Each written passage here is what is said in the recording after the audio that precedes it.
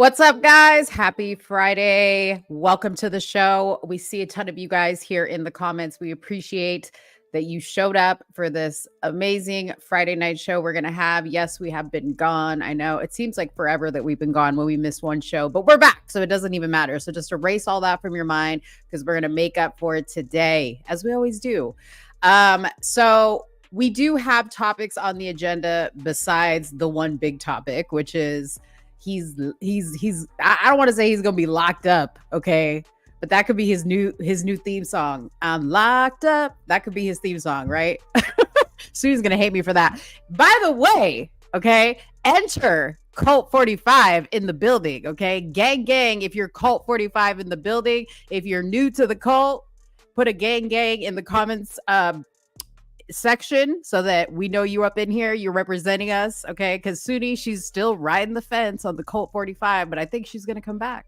Because how can you not? Because if you don't know whether you're gonna vote for Trump, you ain't American. All right, so think about that. Grab a snack, get comfortable. We're about to start this show. It's about to be fire. Okay, make sure that you're subscribed. Show starts now. You are now tuned into Somewhere in the Middle with Soonie and Mo. Hey, hey, hey, hey. Hey, hey, hey, hey. Hey, Don on the beat. Hey, I got so many ups. Everywhere I go, I got so many ups. so many ups. I know they plotting against me. I know it's hate, they wanna kill me, but please don't tempt me, cause I got so many glocks. Hey, ain't none of them empty. Jesus said they would hate me too. That's how I know it's envy. I got so many ups.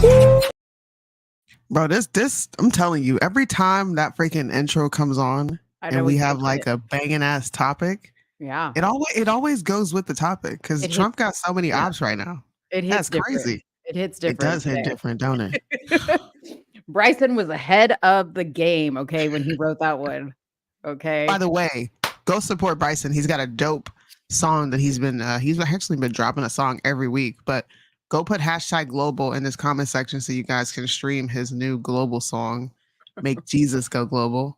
And then there's another one that he just dropped that y'all gotta check out. Go support the homie Bryson.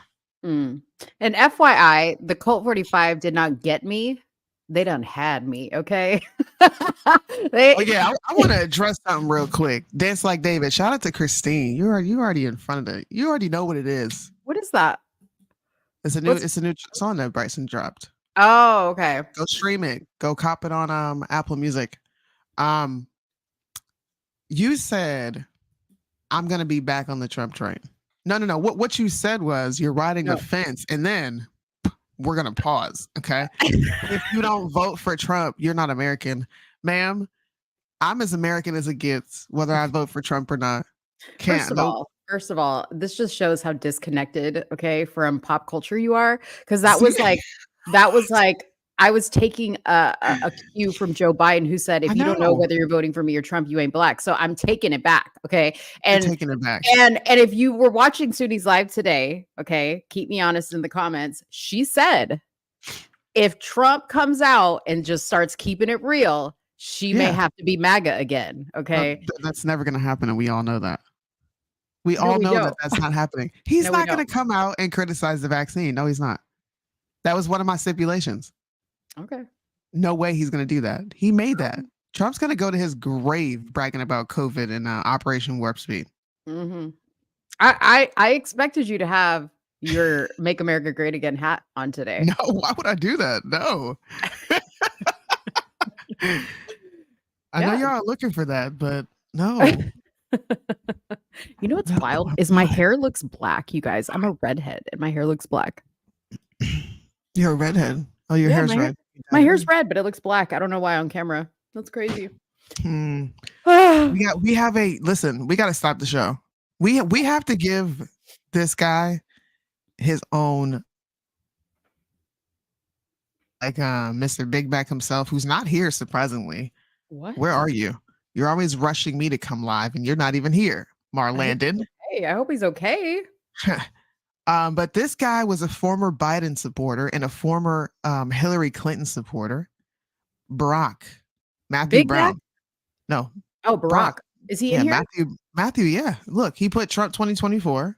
What? So we got to find an intro for him. Anytime we see Matthew Brown, we need to remind him that Soonie brought him off of the Democrat plantation and over to the promised land. Because he Okay. voted for Biden, and then he used to come try to debate me on why Trump was horrible and ended up being a Trump supporter. So we need to remember you, bro.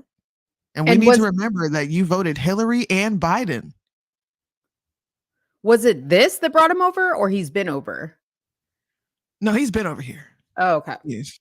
But you gotta rub it in. Yeah, he's the reason he's one of those Americans, that put us in this situation. We're stuck with Sleepy Joe because of your vote, Brock. That one vote, you could have gave it to Trump and you gave it to Biden. Yeah. Well, I'll tell you what, I had over 700 people vote on my "Are you voting for Trump now? Are you voting for a convicted felon?" poll. Over 700, I think it was like 783 people voted. It was 100% and then 1% no. Okay. Huh. No surprise that one of the votes was Jin. Where's Jen been, man? Where's Jen been? He stayed making bracelets. Not the bracelets. He stayed making bracelets. Anyways, no, Jin only he only looks at my stuff. Like he only responds to certain stuff that I put. Like he doesn't respond to everything. So like if I comment on some type of like police video where a black person was involved, or I say something about Trump, then he gets involved. Yeah, he gonna pop out. Yeah, he pops real out. quick and tell you about yourself. And then be wrong as hell. He's one of those older generation, those people that don't know what they're talking about, but they just like to talk. So I just welcome Jen to the party and you say, you know what? You're probably not gonna make no sense as to what you're saying, but let me just listen to you. How you feeling today, Jen? If you're watching, Jen, I appreciate your view. Yeah. Yeah. I saw something and I can't remember who posted it, but people are still like, we're so trained to just look at Republican and Democrat, and we really need to like look at the libertarian options. Listen, it's not an option. It's not an option. I mean, if you want to pretend there's a libertarian option, whatever, RFK, okay, pretend it. But this is about winning. Okay. So we have to vote for who is going to win, not because we want to vote. Like we would all love to vote on who represents us 100% in our values. We would all love to do that. We would all love to do that. Okay. And that candidate may not be on the Republican side or the Democrat side for whatever it is that you choose. But don't fuck around with your vote and be like, we need to recognize that there's other people. You can always write somebody in. No, you can't. Okay. We all know there's only two people in this race. I don't give a fuck who else. It's Trump and Biden. Trump and Biden. That's it. That's it. There is nobody else. No. Yeah. Trump. Listen, Democrats. I don't even know what topic we're getting into first. Are we just gonna like free ball it? Well, I mean, I think that we should first let's take a poll really quick. So put a if you watched both the Biden response after the Trump verdict came down and the Trump response, put Trump and Biden. If you watch both, if you only watched one, just put the one that you watched. If you want us to play both, we can play both and we can react to them because they're both pretty short. So we can start there. If you guys want, I can do a very good explanation because I see a lot of people are like, what did he even get convicted for? What is this even about? Like, there's so many people that don't even know what this is about. And I can go over all 34 felony counts that he was charged on. But if you need me to run down on the backstory to this so that you guys understand, I'd be happy to do that because I'm really big on giving a full picture before we get into a conversation because I want people to be informed. So if you want me to do that, let me know. Put it in the comment section. Vote. And guys, if you're watching on YouTube, please do me a favor and give this video a thumbs up. And if you're new here and you like the rest of the show, please make sure you subscribe. If you're watching on Facebook, I would really appreciate it if you would share this to at least 5 of your friends. Share it on your page and also give it a thumbs up. We're not live anywhere else, so Instagram doesn't matter. Yeah. Let's see. Jessica Birch says, I'm still lost on what he got convicted for. Okay. Well, So this is a show that explains things in depth. So yeah. So Jessica, the actual conviction was a charge with falsifying business records in the first degree. Okay. And what he did basically was when Michael Cohen, Trump's lawyer, and we'll go in, I can go into this story, but when he submitted an expense to the Donald Trump campaign to be reimbursed for the $130,000 that he paid Stormy Daniels to keep her mouth shut, they marked it as a campaign expense in the ledger. Okay. Now I'm going to tell you how that happens. Okay. Because if you look, and there's, I don't know if Red Pill's in here, but she's very knowledgeable on FEC reports. But this is nothing new. Like if you read FEC reports, every candidate, I can almost put my life on it, that has run for some type of office from the lowest to the highest has listed a campaign expense in a fishy way to make sure that it can be covered under the campaign offense. Okay. Or campaign funds. yeah, So what that's he true. was convicted of was falsifying that. But where Trump stands is that he didn't know about this payment. He didn't know what this payment was for, because what basically happened was his lawyer at the time, Michael Cohen, did what he normally did as his lawyer, because lawyers, what I'm assuming, make about $500 to $600 to $700 every 30 minutes that you get their time. Okay. Or as a retainer fee or whatever it is. So he submits something to his ledger person and says, hey, I need a reimbursement for this $130,000. So the ledger person marks it on the record as a campaign expense, a legal expense, whatever it is, and pays him the money back. That's what happens. Then come to find out that it's a hush money, right? It's hush money to keep her mouth shut about, you slept with Trump. And Trump is saying, well, I didn't know about this. Okay. Like, it's not like he came directly to me and was like, hey, I mortgaged my house to shut this chick up on your behalf. Cause that's what he did, is he did it on Trump's behalf. And now I need to get paid back. And Trump is saying, well, I never asked you to do that. And I didn't realize that when they were making this ledger entry that that's what this was for. We were just paying back because you're my lawyer and legal expense, like no questions asked. You know what I mean? Like, you're here all the time. I'm always using you. I don't think that they would question it. So that's what it's for, basically. And the 34 counts is for every single little action related to that one offense.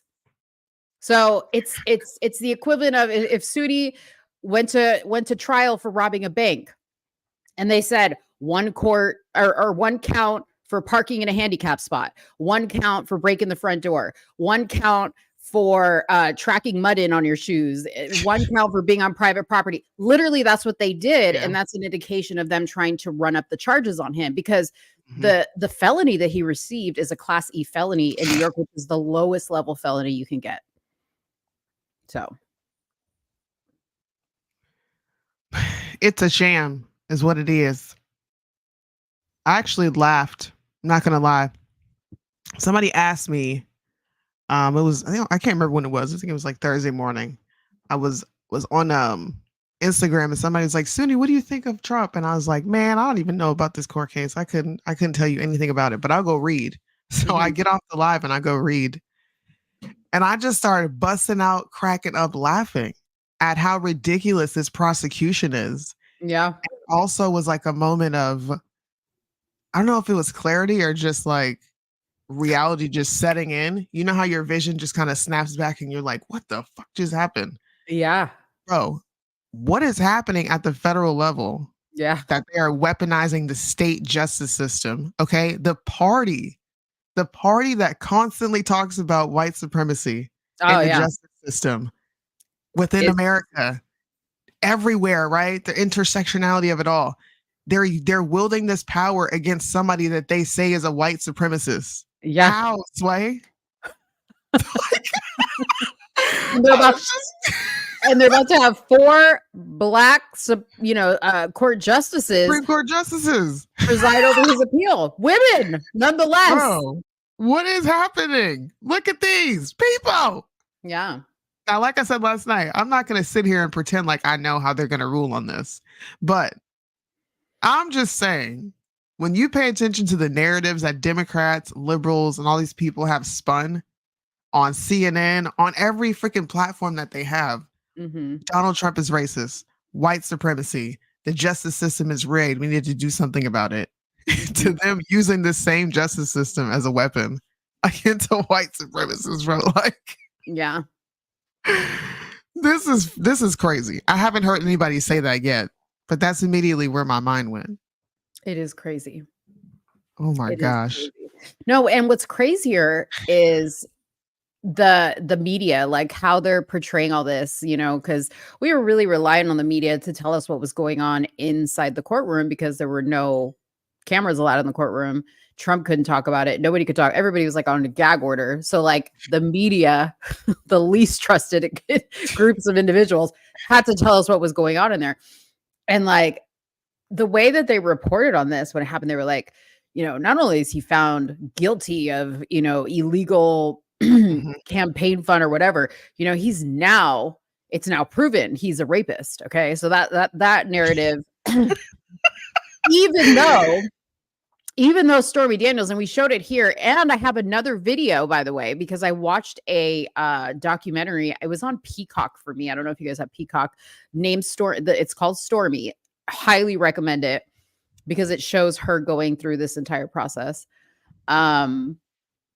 She was sitting there watching a 60 Minutes interview of her, and she says in there, she goes, "I want to make it very clear, this is what I didn't want to have sex with him, but I did."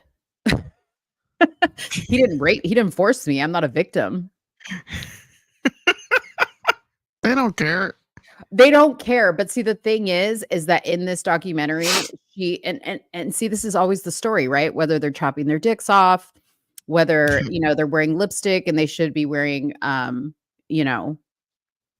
jock strap. She paints this story of how she was molested by a neighbor. And how for the rest of her life, and her mother, really didn't seem to care, and her mother wasn't there, and her father, blah, blah, blah, blah, blah. So she says, my whole life, I've been searching for someone to love me back. So this is the story of a damaged woman. Yeah. Who, although she hates what this whole thing has done to her life, because like her own child can't play out in front of their house, her marriage has fallen to pieces over this. She needs the attention and the validation. And even Michael Avenatti, her attorney that was representing her, that got her the book deal, he's in jail for screwing her over. Okay. He did not give her the money that she was receiving from the publisher for her books. He took that from her. He also extorted money from Nike. Okay. So time and time again, she has been screwed over by men. So what happens is the feminists of America look at Stormy Daniels as their Buddha, like their poster child. Yeah. Like they don't really care about her. They care about a narrative that they can use to push forth their agenda. That's it. Exactly. They don't care anything about these people. And I think she knows that. I think she knows that she's just a token. Well, I mean, I don't feel bad for her. She signed up for it. Yeah, she did. She definitely signed up for it. She did. And it doesn't help that she was like on this Make America Horny Again strip tour because she had to pay her legal fees. So she was like showing her titties, around the world. Yeah. Like, this is crazy. Y'all think he'll go to jail? This is what I will say. All right. Everything from this moment on is optics. I'm going to play a video clip from Simone Sanders so you guys can understand what I'm saying. I played it last night, but I'm going to play it again because this clip hasn't gone viral yet. Trump going to jail when people know that the prosecution is full of shit whether they're on the right or the left, because there's a lot of people who said, you know what, I wasn't voting for Trump, but I'm about to vote for him now because this is crazy. Mm-hmm. They're going to galvanize even more people. Yeah. Put him in jail. He ain't going to be in there longer than more than a couple hours. I personally believe. Even if it's like 30 minutes and he goes in there like he did in Atlanta, gets his mugshot. Maybe they might try to snap some pictures of him in a jail cell, the holding cell waiting. Yeah. But that's just going to boost his ego even more and his influence. Yes. Because you know what Trump's going to do? Trump's like, listen, 2016 Trump, I'm still here, but I'm pandering like a mug. He going to get right back in front of black people and be like, listen. He's like, I got 2 mugshots now. The justice system is not fair. I've experienced it. He could say that. Ain't that what he said in front of the Black Conservative Federation? I think that's what it was. Yeah. I'm told that blacks relate to me now because we're both being railroaded by the system. So yeah, go ahead. I say put him in jail. Listen, if I were at this point, I don't blame the player. Okay. Because $53 million raised in over 24 hours. Yeah, that's crazy. Woo! Come on now. That's crazy. That's crazy. That is crazy. The man is a money-making machine. That's why, okay, like when you just think about this for a second, a man this rich told his lawyer, Michael Avenatti, I don't have $130,000 to pay this hooker, so can you go mortgage your house and then I got you on the back end? Think about that for a second. I'm still gonna pay you out of the campaign, but yeah, you mortgage your house, get the $130,000 out of your house, and then I'll pay you back. Think about that for a second. I don't think that's what that was a setup. I think that guy, Michael Cohen, I think that setup was being set up to set him up. Just listen to his last name, you know. I'm just gonna say, what's his last name? Cohen. What is that last name linked to? What is it linked to? Cohen. Go Google that. Go look up the where that name comes from, and then you'll be like, listen, we have a combined 34 live viewers. I'm trying to keep this going. We can't be having no like YouTube strikes. But if you know, you know. Cohen, if you know, you know in the comment section. I don't want to say it. Y'all can say it though. Can somebody say it? I feel like I'm not being led into something. Y'all, I love when Mo does this. I want to know. Wait. No, come on. So ZJ? Matthew Brown. If you know, you know. Let's go. Oh, come on. I love it. If I could hit the round of applause button, I would. Okay. Shout out to all of you. All you had to say was my people. No, that was too obvious. I wanted you to, I thought you would have been tracking like Cohen. Hello. Well, see, this just goes to show that I'm only 1%. So I don't know. You don't know your people like that. I don't know my people like that. Gosh. All right. Well, which clip are we playing first? Are we playing the Sleepy Joe clip first? I kind of want to do that one first for comic relief because I already watched Trump. Seen it. Yeah, you haven't seen it. Okay. I live stream Trump. Let's do this. Okay. So the people know what's going on. So first we're going to watch Sleepy Joe. Then we're going to watch Trump. And then, Soonie, if you allow me, I do want to tell the backstory to all of this, so people understand to this whole thing, to how we got here today, so that people kind of understand the full picture. Are you okay with that? Sure. Okay, let's roll. You want me to play the video? Yeah, okay. I don't have it. You told me to go to bed because I was up here. You know, minding my good old business. She was like, you need to go to bed. Save it for tomorrow. I was like, dang. Okay, Mom. But even when you did that, you were so diligent and you sent me. I did. You sent me the video. All right. Here we go. Sleepy Joe. All right, let's see. Hold on. I want to see him walk out. Oh, I get to see him walk out. No way. I love this little this little thing that they have right here. This little partition. What is that for? Is that like a? It's like a little partition so that you can't really see, like maybe he goes like through the door and he just collapses. Or they're like pushing him. They're like, get out. Okay. All right, here we go.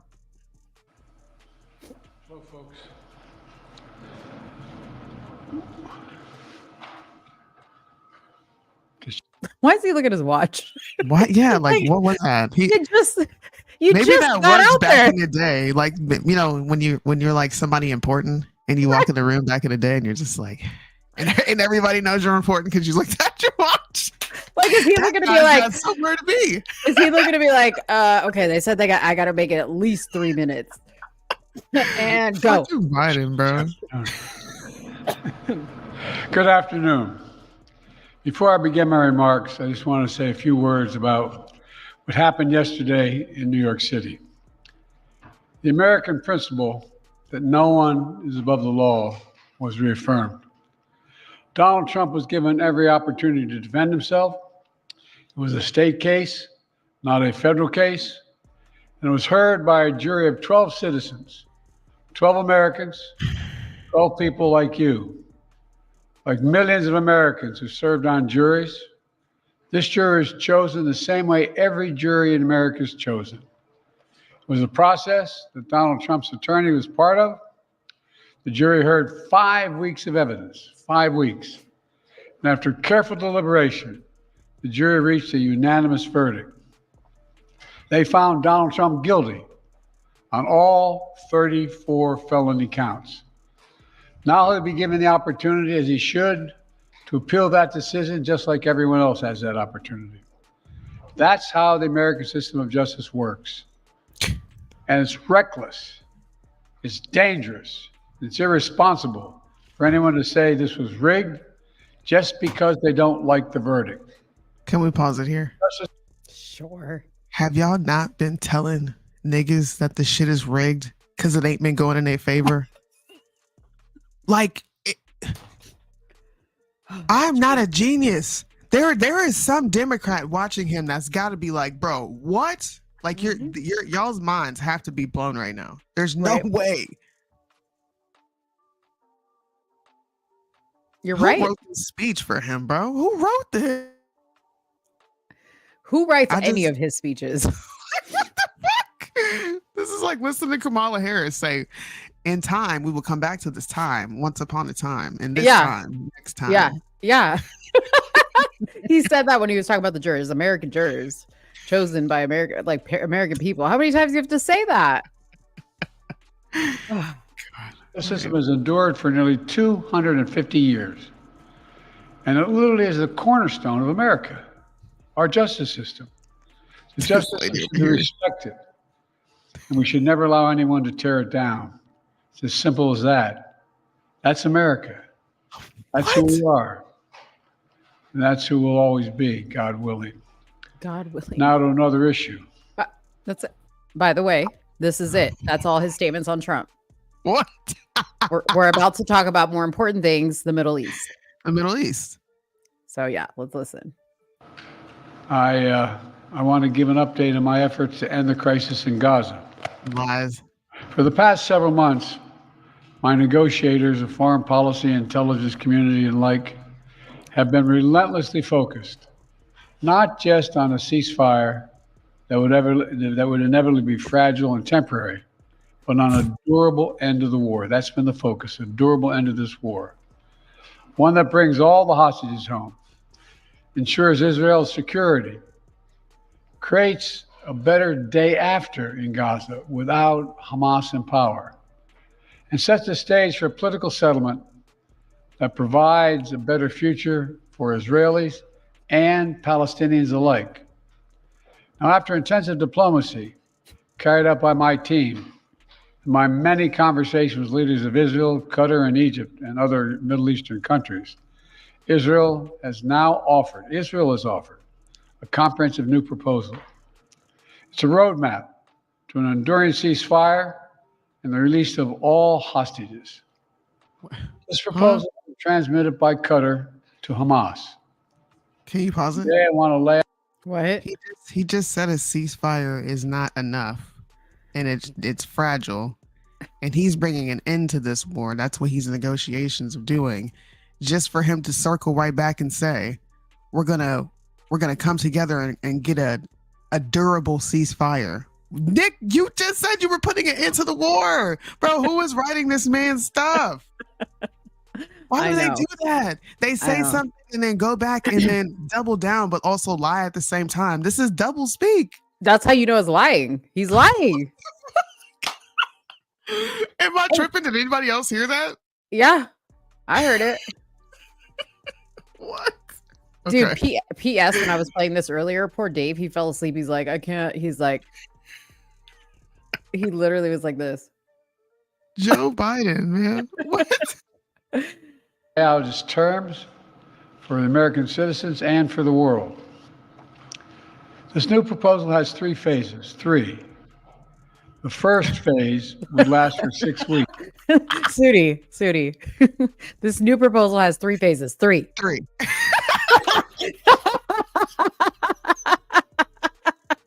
You know, hey, I'm going to tell you what these 3 phases are because there's 3 of them. right. And did I mention we're going to talk about 3? What? Number 1. Okay, wait. Notice this. No matter when I pause it, he's got the same look on his face every time. Just pay attention. Look at this fucking sign language lady. I hate her. I can't stand these people. Here's what it would include: a full and complete ceasefire, a withdrawal of Israeli forces from all populated areas of Gaza, release of a number of hostages, including women, the elderly, the wounded, in exchange for release of hundreds of Palestinian prisoners. Women first.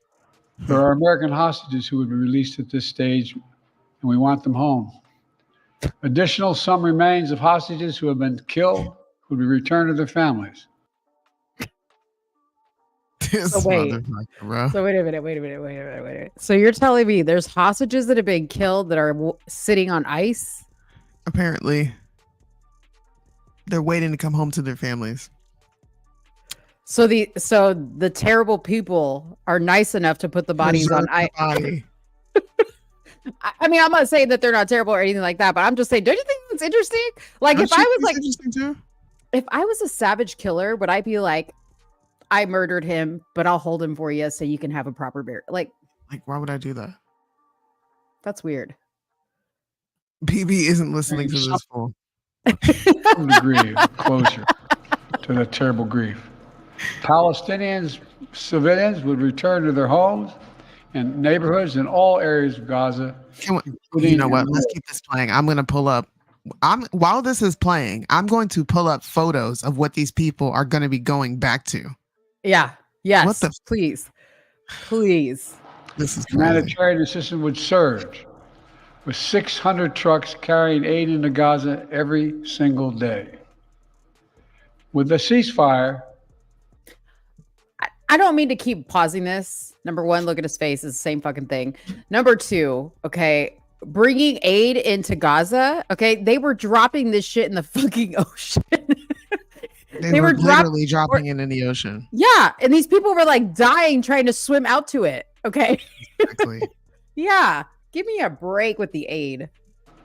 that aid could be safely and effectively distributed to all who need it. Hundreds of thousands of temporary shelters, including housing units, would be delivered by the international community. All that and more would begin immediately.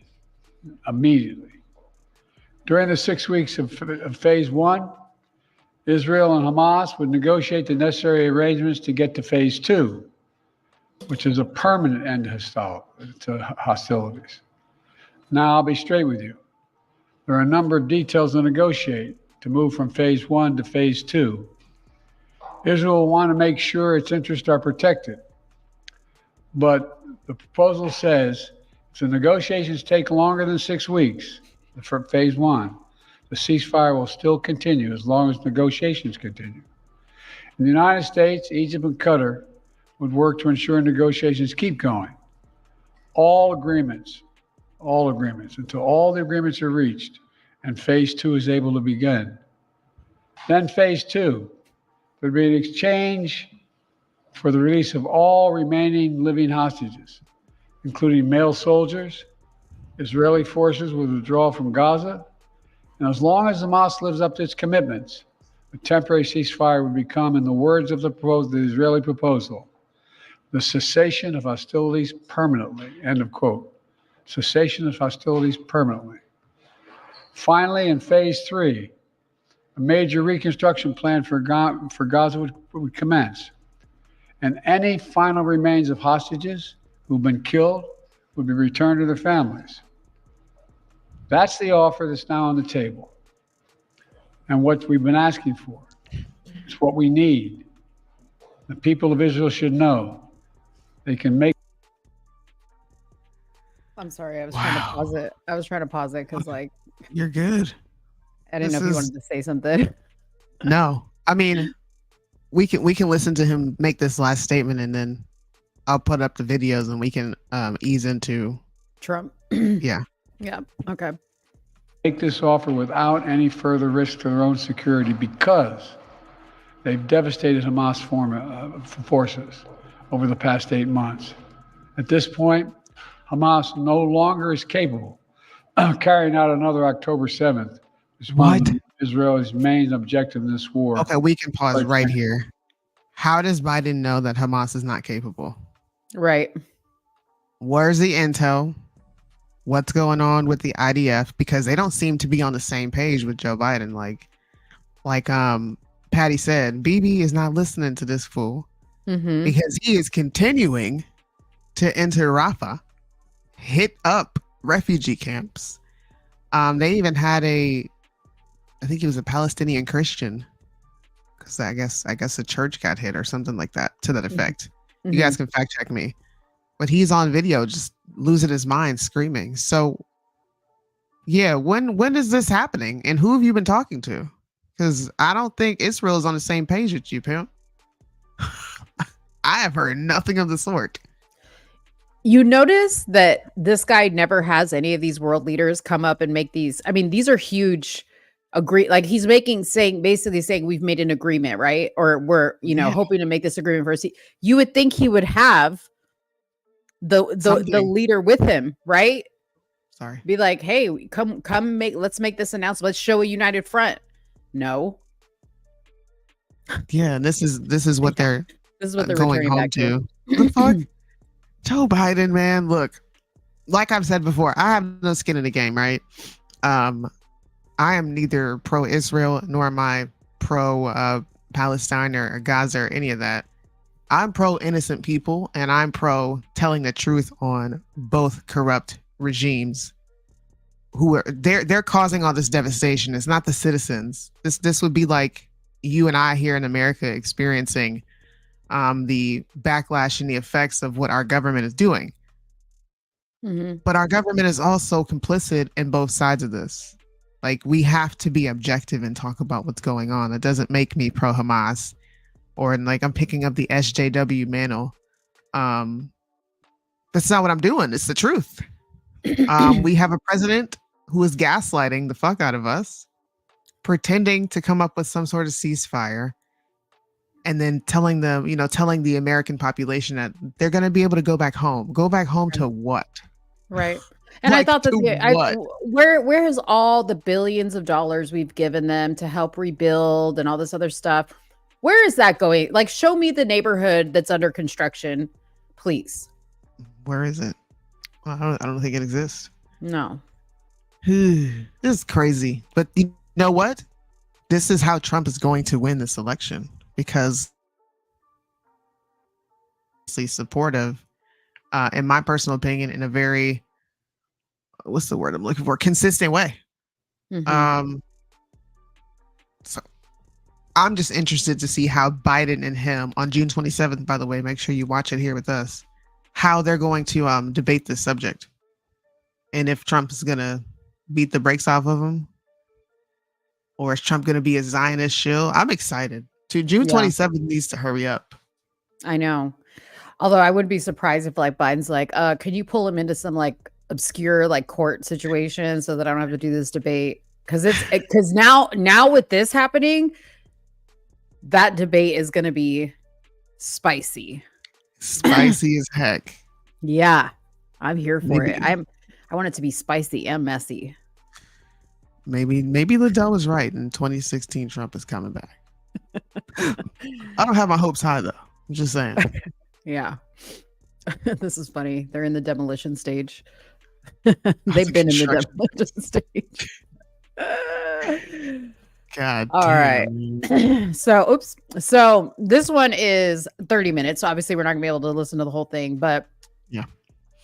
we'll listen to it a little bit through and then we'll stop for commentary. So here we go. Of course, this video is lagging. Thank you very much, everybody. This is a case where if they can do this to me, they can do this to anyone. These are bad people. These are, in many cases, I believe, sick people. When you look at our country, what's happening where millions and millions of people are flowing in from all parts of the world. You see what's happening? Not just South America, from Africa, from Asia, from the Middle East. Is it the powers that be? They're coming in from jails and prisons, and they're coming in from Wow. mental institutions and insane asylums. They're coming in from all over the world into our country. And we have a president and a group of fascists that don't want to do anything about it, because they could right now, today, he could stop it. But he's not. They're destroying our country. Our country is in very bad shape. And they're very much against me saying these things. They want to raise your taxes by 4 times. They want to stop you from having cars with their ridiculous mandates that make it impossible for you to get a car or afford a car. Make it very possible for China to build all of our cars. Oh. It's a very... Can you believe this? It's crazy. The Biden speech was clear, Flawless. crystal clear. And now this. And it's like experiencing problems at the bottom. Yeah, I'm experiencing problems. Mm-hmm. Well, while it's buffering, problem. I wanted to say this. Oh, go ahead. We just... While it's buffering, maybe let's just give it some time to catch up with itself. I mentioned this with the first FBI raid when we were still on Truth Will Set You Free. Yeah. And everyone was talking about, oh my God, this is horrible. If this can happen to Trump, it can happen to any of us, right? Mm-hmm. And back then I was like, this has been happening to any of us. Like, this has been happening to the common person. But it's like we're in shock and in awe that it's happening to someone of his stature, because clearly a lot of people view Trump as above reproach. Like, he can get away with anything. Right. So if they can do this to him, they can do it to anyone. I think that's counterproductive in thought, because they've been doing it. So why don't we pay attention when they're doing it to the average person? Exactly. Like, there's a lot of people who have come out and said, you know, the government is setting me up. And we kind of don't pay attention to these claims, because it's like, no, dude, you were proven guilty and they have all this evidence against you. There's no way that you're innocent here. But we can see through the madness, like, or read between the lines when it comes to Trump. So much so that you can say that, in my personal opinion, ridiculous phrase of, if this can happen to Trump, it can happen to any of us. Mm-hmm. And I was like, where have you been? Yeah. Friend, where you been? Yeah, you've got a point. It's been happening. Yeah. And the proof that it's been happening is that it's happening to Trump. Exactly. That actually is the result of it happening so easily to the common everyday person. But we're so, you know, and I'm guilty of this as well, we're so addicted to drama. Mm-hmm. And, you know, unless it's somebody that we know, unless it's some big salacious story like this, like, we're just like, oh, that sucks for them. Yeah. You know? Yeah. I think we might want to, I think we should re-examine our views on the American justice system, because I think I can say this with confidence. There's been a lot of things that I've been wrong about when it comes to the justice system and how much trust I put in it. And I think more people need to come out and be honest with the fact that state level justice systems, as well as federal, is extremely corrupt. We know they've turned everything into a money grab. So I just wanted to say that publicly. Yeah. Not because it's happening to Trump, but because of the point that I just made. It's been happening to people, but we only pay attention when it happens to somebody important that society says is important, not even important to us, really. Yeah. That's crazy. Yeah. Just to sit here and think about that. I'm going to try to like forward just a little bit because I know he does like his usual little talking about stuff that we already know, but we really want to hear what he has to say about the trial. So hold on. Yeah. Okay. Highly conflicted. There's never been a more conflicted judge. Now, I'm under a gag order, which nobody's ever been under. No presidential candidate's ever been under a gag order before. I'm under a gag order, nasty gag order, where I've had to pay thousands of dollars in penalties and fines and was threatened with jail. Think of it. I'm the leading candidate. I'm leading Biden by a lot, and I'm leading the Republicans to the point where that's over. So I'm the leading person for president, and I'm under a gag order by a man that can't put two sentences together, given by a court, and they are in total conjunction with the White House and the DOJ, just so you understand. This is all done by Biden and his people. And maybe his people, more importantly. I don't know if Biden knows too much about it.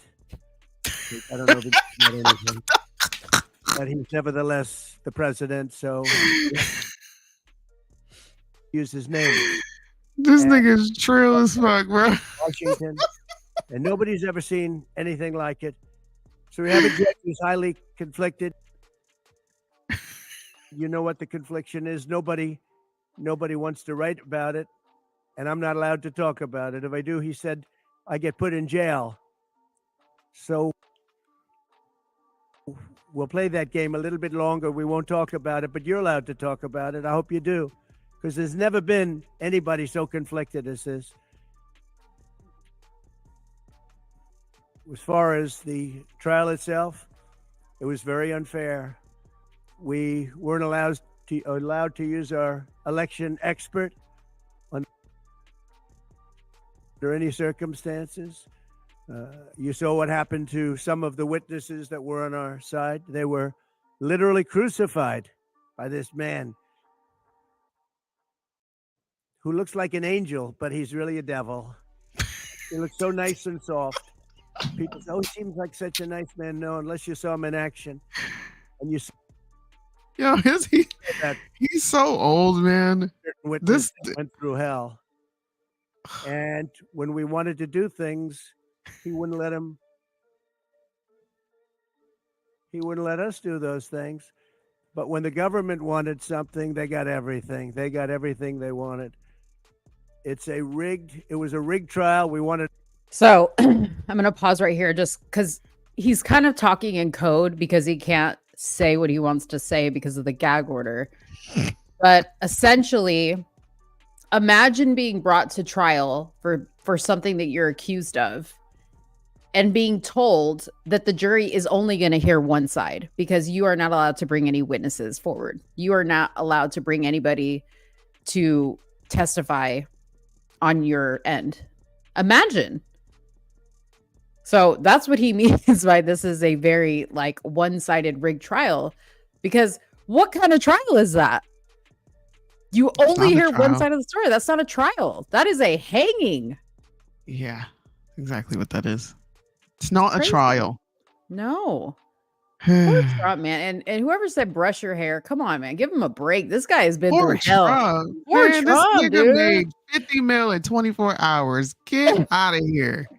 I'm telling you, okay, I said this earlier on your live.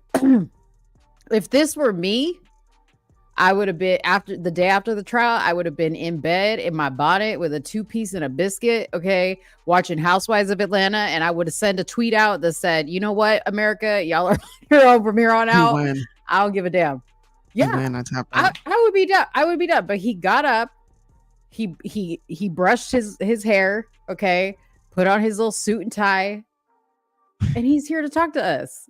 He said he looks like an angel, but he's really the devil. Yeah. Gosh, man. Trump's old. Yeah. Listen. Simone Sanders. Sorry. said the quiet part out loud. And I think people should really take in what she said and take it. I would take it as gospel at this point. And that's how I would move forward with this whole situation right here with Trump, him being found guilty. I think people just need to understand what this is and move accordingly. Don't get caught up in the sensationalism of it all. What Are did we she done say? with this video? She said, guys, I'll play it after this because I want y'all to hear her say it. It's We're going to much more listen to dramatic. just a little bit more of this because unfortunately they're going to make this video lag until we just give up. So we'll listen to a little bit more of this and then we'll move on.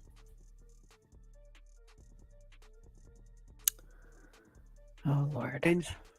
Where we could have a fair trial. We didn't get it. We wanted a judge change. We wanted a judge that wasn't conflicted. And obviously he didn't do that. Nobody's ever seen anything like it. We had a DA who is a failed DA. Crime is rampant in New York, violent crime. That's what he's really supposed to be looking at. Crime is rampant in New York. Yesterday in McDonald's, you had a man hitting him up with machetes, a machete. Whoever can imagine even a machete being wielded in a store, in a place where they're eating and he's going rampant, and Bragg is down watching a trial on what they call crimes. They're falsifying business records. That sounds so bad. To me, it sounds very bad. You know, it's only a misdemeanor, but to me, it sounds so bad. When they say falsifying business, that's a bad thing for me. I've never had that before. I'm falsifying. You know what falsifying business records is? In the first degree. They say falsifying business records. Sounds so good, right? It means that legal expense. I paid a lawyer, totally legal. I paid a lawyer a legal expense, and a bookkeeper without any knowledge from me correctly marked it down in the books. A very professional woman, highly respected, she testified, marked it down in the books as a legal expense. So a legal expense, paid a lawyer, is a legal expense in the books. It's not sheetrock, construction, or any other thing. It's a legal expense. Think of that. This is what the falsification of business records were. And I said, what else are you going to call it? What else are you going to call it? Now, I would have testified. I wanted to testify. The theory is you never testify, because as soon as you testify, anybody, if it were George Washington, don't testify, because they'll get you on something that you said slightly wrong, and then they sue you for perjury. But I didn't care about that. I wanted to. But the judge allowed them to go into everything that I was ever involved in, not this case. Everything that I was ever involved in, which is a first. In other words, you could go into every single thing that I ever did. Was he a bad boy here? Was he a bad boy there? And my lawyer said, what do you need to go through? And all you wanted to do is testify simply on this case. Because I would have loved to have testified. To this day, I would have liked to have testified. But you would have said something out of whack, like it was a beautiful sunny day and it was actually raining out. And I very much appreciate the big crowd of people outside. That's incredible what's happening. The level of support has been incredible. So the whole thing is legal expense was marked down as legal expense. Think of it. This is the crime that I committed, that I'm supposed to go to jail for 187 years for. When you have violent crime all over this city at levels that nobody's ever seen before, where you have business. Okay. I'm just going to stop it because it's just stopping even more and more. So basically, he goes on to say, it's ridiculous. We did nothing wrong. And we're gonna appeal this. Based on the fact that they did not see all the evidence. Like, there's no way the jury could have made a decision based on what they did see, because they did not allow his side to bring forth the evidence that they had. So that's the basis on which he will appeal it. Now, will he go to jail for 187 years? I don't know where he got that number. Each one of these charges carries a maximum jail time of 4 years. So 34 charges times 4 years. However, there's a cap of 20 years that you can do for this type of felony. So I don't know where the 187 years comes from, but it will take a while just to get to the appeals process and get through that process. So would he go to jail before the election? I don't know if he would even go to jail. It could be an ankle monitor, house arrest, a fine. Like Soonie said, a quick photo op. That's what I think is going to happen. Yeah. I don't think it's going to be anything else. Yeah. She's going to get that photo op. There's going to be another mugshot dropped of him. And there'll be several headlines that talk about our state justice department and the federal justice departments being weaponized to attack a political candidate. Yeah. That's going to be the headline. My screen is frozen. I'm sorry. That's okay. Can't see anything. Okay, we're back. They let murderers walk free in NYC, but change a misdemeanor into a felony to put him in jail. Yeah, this is why I'm saying, instead of people being like, what's that quote? I wrote it down. If it can happen to Trump, it can happen to any of us. Mm-hmm. This is an opportunity for people to say what you just said. Damn, y'all want to lock this dude up so bad, but there's like murderers and rapists and robbers, all these things that pose a great risk to us. The border, you can bring that up. You guys are so focused on stopping this dude from running and wounding any of his chances as avenues to getting to the White House that you're abandoning everything else in this country. Mm-hmm. He's going to come in. He's going to pull out people's heartstrings with that. Yeah. Yeah. Come on, man. I mean, he doesn't even, at this point, he doesn't even need, it's funny because like we were all saying Trump needs to come out and he needs to do a debate. He needs to do this. This just bought him more time of silence, if you ask me, because this speaks a lot for him. Is this whole thing, like, people are outraged because of this, and Trump could go to jail, be silenced, be gag ordered, and I feel like the people that support him would run his entire campaign for him. Yeah, and he would have to do nothing. Well, he's doing what Democrats did in 2016, 2015, 2016. Joe Biden did nothing. All they did was use everything that they felt Trump did wrong and said, we're going to do it better. That's all they did for his campaign. All Trump has to do is say the economy sucks. What the hell do you have to lose? Yeah. That's all he's got to do. Mm-hmm. Yep. We got a question. Question is, does this rally the right to vote for him, or moderates put off by the thought of voting for a felon? I'm going to be honest with you and say this is my anecdotal opinion on this. I do not believe that people think he's an actual felon outside of Democrats. Yeah. And like raging leftist lunatics. I don't believe, and conservatives could be, neo-conservatives, whatever you want to call them, establishment conservatives. They're not stupid. Okay. They know what the Democrats are doing, which is why they're quiet. Have we heard from, what's his name? The guy out in Utah, Mitt Romney. He can't stand Trump. Mm-hmm. Mitt Romney hasn't said anything. Lindsey Graham, Lindsey Scam, everybody knows. In the closet, he hasn't said shit. These people don't believe he's an actual felon. Somebody said, or I don't know if I saved it, but something with Joe Manchin. What did Joe Manchin say? I would be more interested, in order to answer that question, you have to look at how these politicians are moving, because Americans don't have a mind of their own. Yeah. It's monkey see, monkey do out there. I'm trying to see. I saw something about Joe Manchin today. Joe Manchin leaves the Democratic Party and files as an independent amid this whole thing. That's what I'm saying. Yeah. The Democrats are screwing themselves,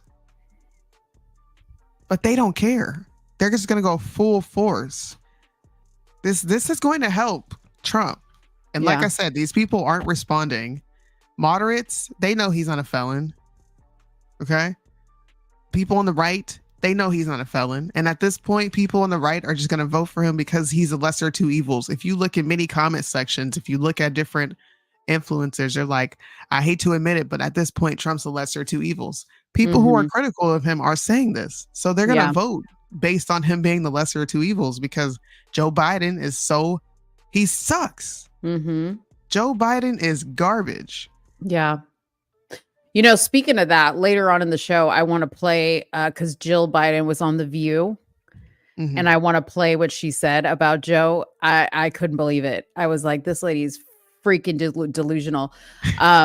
But okay, this is the other thing. Like, as you're saying what you're saying about the Democratic Party, it almost goes to make the case stronger that there really is an evil within this party that is not the Democratic Party. It is like true evil inside the party. Yes. And they're willing to go to the extents that they're going to shut this man down. Okay. And they don't care about their party. Okay. Like you can see that they don't give a shit what happens to the Democratic Party. This is about them protecting themselves. They don't care about the party. Like, see, that's the thing is like, and Liddell said it today too, because he was like, okay, I'm rocking with you if you're like, hey, I'm glad we finally are holding Trump's feet to the fire. Cool. Yeah. Are you cool when it's happening to you? Yep. Are you going to be this supportive when it's happening to you? Because they will eventually do it to you. That is such a good point because these people do not see past the parties. They're not seeing the evil within the party. They don't. There really is. Joe Biden is an example of what Liddell brought up last night. Well, last night for me, early for y'all. Yeah. They asked him, how would you feel if this was done to you? You know, if the Republicans weaponized the federal justice system and the state justice system. And you know what Biden says? I won't have to worry about that because I didn't do anything wrong. Are you kidding me? All the information that we have on Biden. Right. That his own daughter is going to come out and say? She's already speaking. Yes. And you know what? I want to backtrack a little bit. I said the Democratic Party, but you guys don't get it twisted. That same evil is on the Republicans. Absolutely. Okay. So but I want you guys to listen to this. This is really going to help you understand why I'm just like this, you know, metaphorically. I got my arms folded and my legs kicked up just watching this shit go down. Because they're handing this election to him. And I think I think this is on purpose. I don't think this stuff is happening by chance. I think Democrats are smart enough to know that they are fucking themselves. And I think that they have a sinister plan for this man when he inherits the White House from this W that he's going to receive November 5th. Now, hold me accountable to this. Please go back to this live and be like, you said this and it didn't happen. I think they're gonna fuck him up once he gets in office. They're gonna throw everything they have at him. But listen to what Simone Sanders had to say on this. Still a candidate. This conviction does not take him off the ballot, and I just think that's important for people to know because I'm seeing lots of people respond to a tweet that I put up saying, "What? He can still run? What? How can this be?" Yes, Donald Trump is still a candidate. So no, none of these court cases were going to remove Donald Trump from the ballot. None of them. None of the cases. Even if Florida went forward, even if Georgia was going forward right now, even if the DC, the federal election interference case against Donald Trump is going forward, none of those cases will result in him being removed from the ballot. So people are going to have to make their decisions about this election at the ballot box in November. They tell you what the fuck they're doing. These people know none of this shit's going to stick. They're just trying to taint his image, and I think, like I said before, purposely get him into the White House to take him out once he's in there. You know what's crazy though is the stuff that they have done over the last 4 years has worked against them in a way though, because 5 years ago, the people that you see interested in politics and what's Mhm. going on in the world would have never been interested. Like we're talking like even young kids, right? They would have Yeah. never been interested in stuff. So it's due to the way that they tried to like bring the politics into everything. And then the COVID happened and people were stuck Yeah. in their house and they had nothing else to do but to get entrenched in podcasts and listen to people, right? So people started to get smarter. And I think had they done this, like, well, you know how some people are like, oh, they had perfect timing with this. They could have done it 3 years ago. They could have done it, but they waited till this perfect time. Yeah. It's kind of dumb of them to do that. Actually, it's really dumb of them to do that because had they done it 4 years ago when people weren't as hip to what the fuck, Mhm. like It might to have what really the fuck they're worked. trying to do, it might have actually worked, and people would have been Yeah. like, "Oh my god, he's a felon. I can't vote for a felon. Yeah. No I way." actually agree with that. But now people are like, Mm. "Nope." Oh, well, look, we got Sleepy Joe in there. Okay. Sleepy Joe's in there. What's wrong with Trump? What happened? Sleepy Joe. I'm telling you how people are gonna think. It's Oh. almost at this point. It's like, dude. Oh well. Yeah. Okay. Trump was convicted of a felon. Okay. Joe Biden was touching his daughter in the shower. Like what? Yeah. Joe Biden smells kids. Joe Mhm. Biden has been accused of him and his son of taking money, bribes, staging coups while he was VP. What it's not even a big deal anymore because it's not like we're holding any of these politicians accountable for all this stuff we know they're doing. So why would we take it serious with Trump? These Right. people ain't taking y'all serious. Nope. They're banking on idiots. Yeah. Like I said, extremely left people and like emotional Democrats, I believe that they're like 100% thinking this dude is gonna go to jail. Yeah. It's against him, in my personal opinion. Yeah. Yeah, the View had a field day with this. They were like, it was to the point where if you watch the View, you know Whoopi Goldberg has never said Trump's name. She calls him you know who. She has never once said his name. And yesterday or this morning, she said his full name. No, she didn't. And she came in on a Friday to say it because Whoopi takes Fridays off. Okay, so she came in on a Friday to celebrate with How the the hell rest of do the you know panel. all this? Girl, because I be watching the View. Listen. I watch this stuff because it's information. But you know, people have said, a case like this has never happened against a US president, Yeah. but two people have run for president from jail, just FYI, okay? One of them most recently being Joe Exotic, God.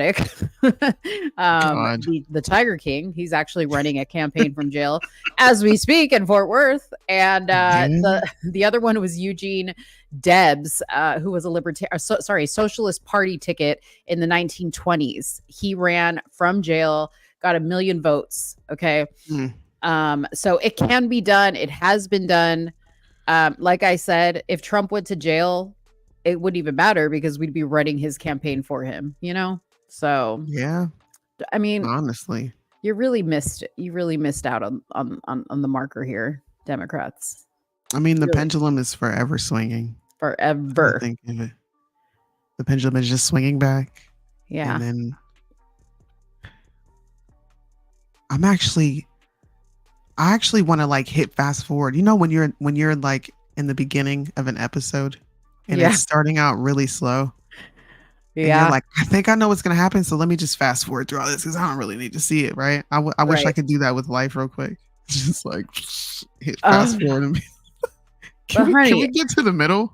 But honey, if it plays out like any of these recent Netflix movies I've been watching where I'm just like, are you fucking kidding me right now with the endings? Dude, because Netflix, they really be giving up. Like the whole thing is like juicy and good. And I'm like at the edge of my seat. And then the ending comes and I'm like, what the heck? I sat through all that for this shit. I'm saying, fast forward.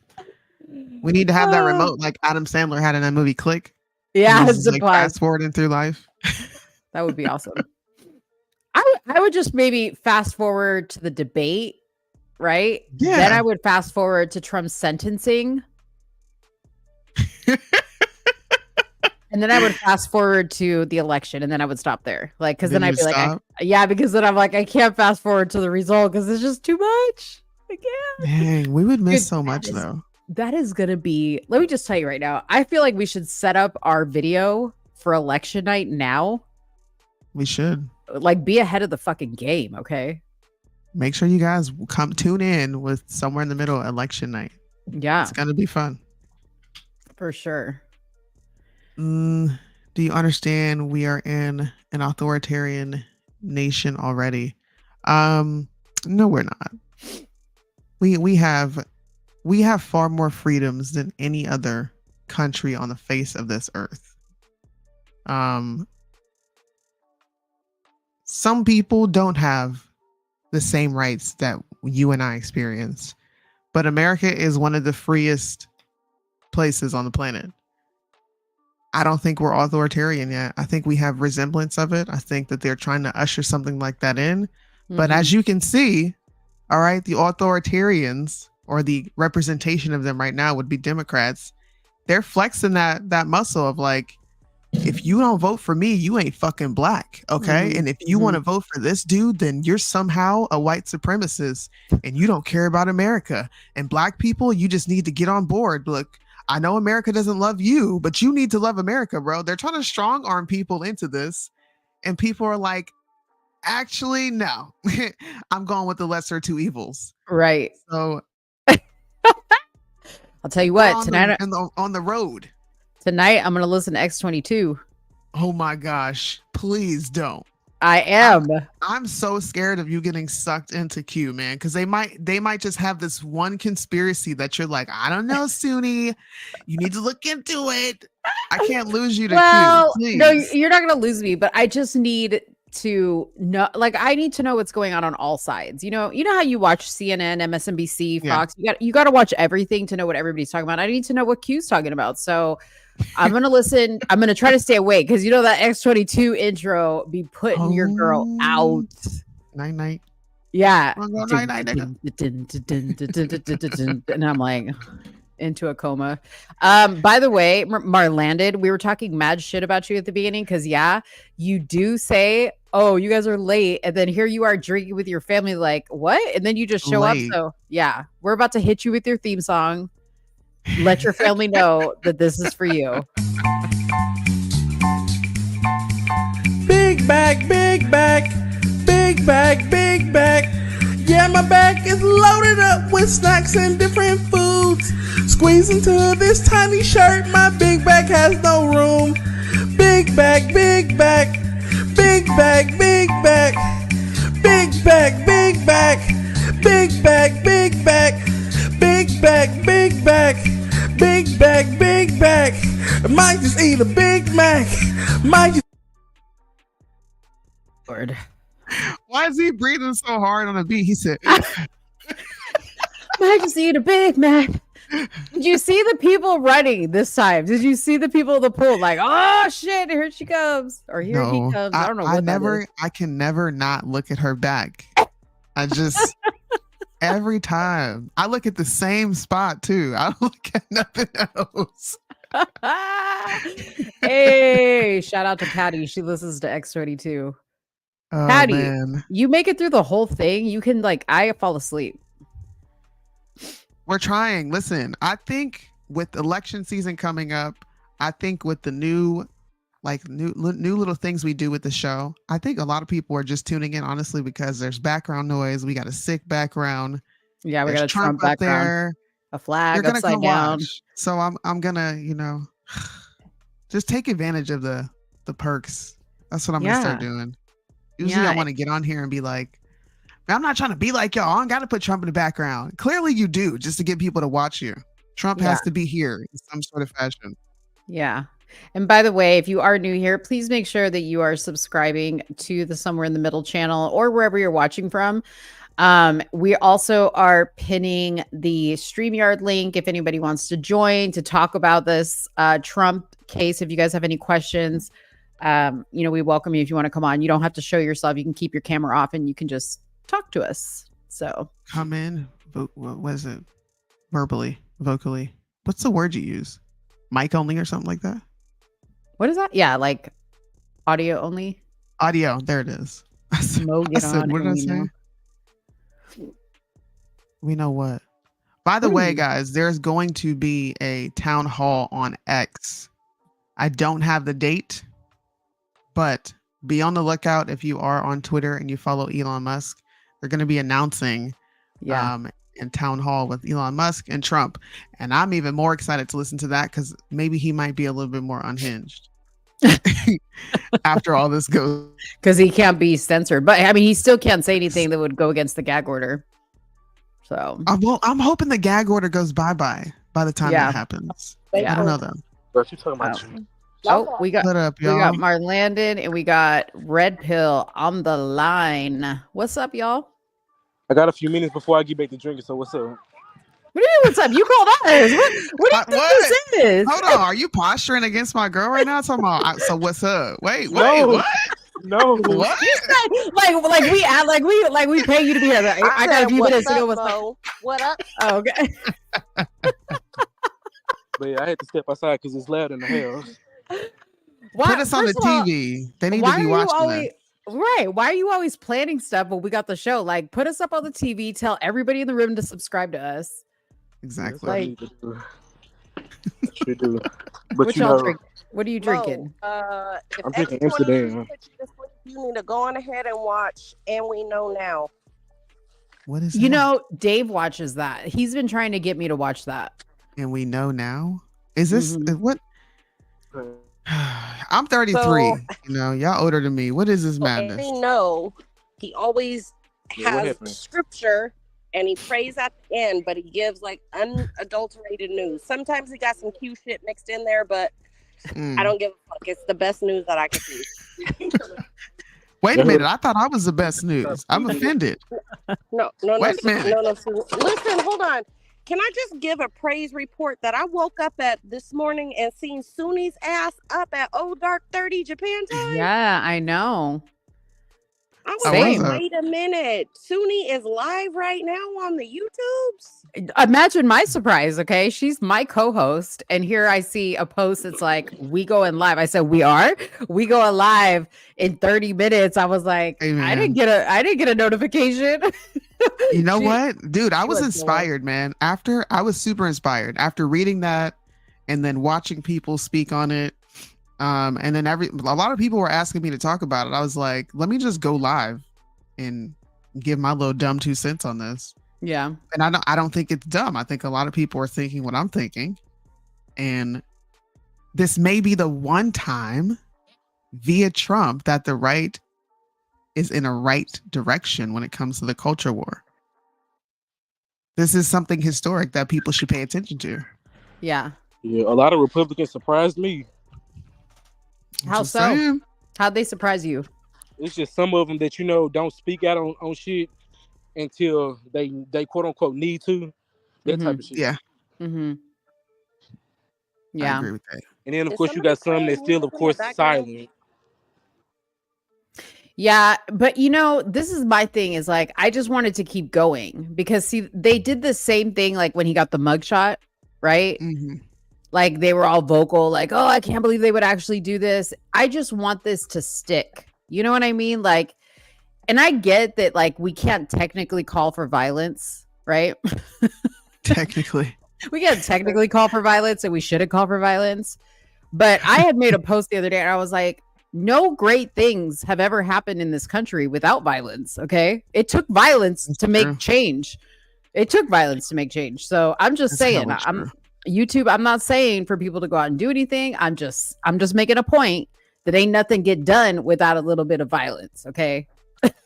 Yeah, Dun, blood needs dun, to be dun. shed. Well, I would recommend taking that violent nature and walking to all of your neighbors' houses and making sure they're ready to vote. And when they are ready to vote, when the ballots come out, go to their house, collect their ballots, and turn them the fuck in for them. Yes. You know what? I do that with my friend Ajwa, who works here in Dallas.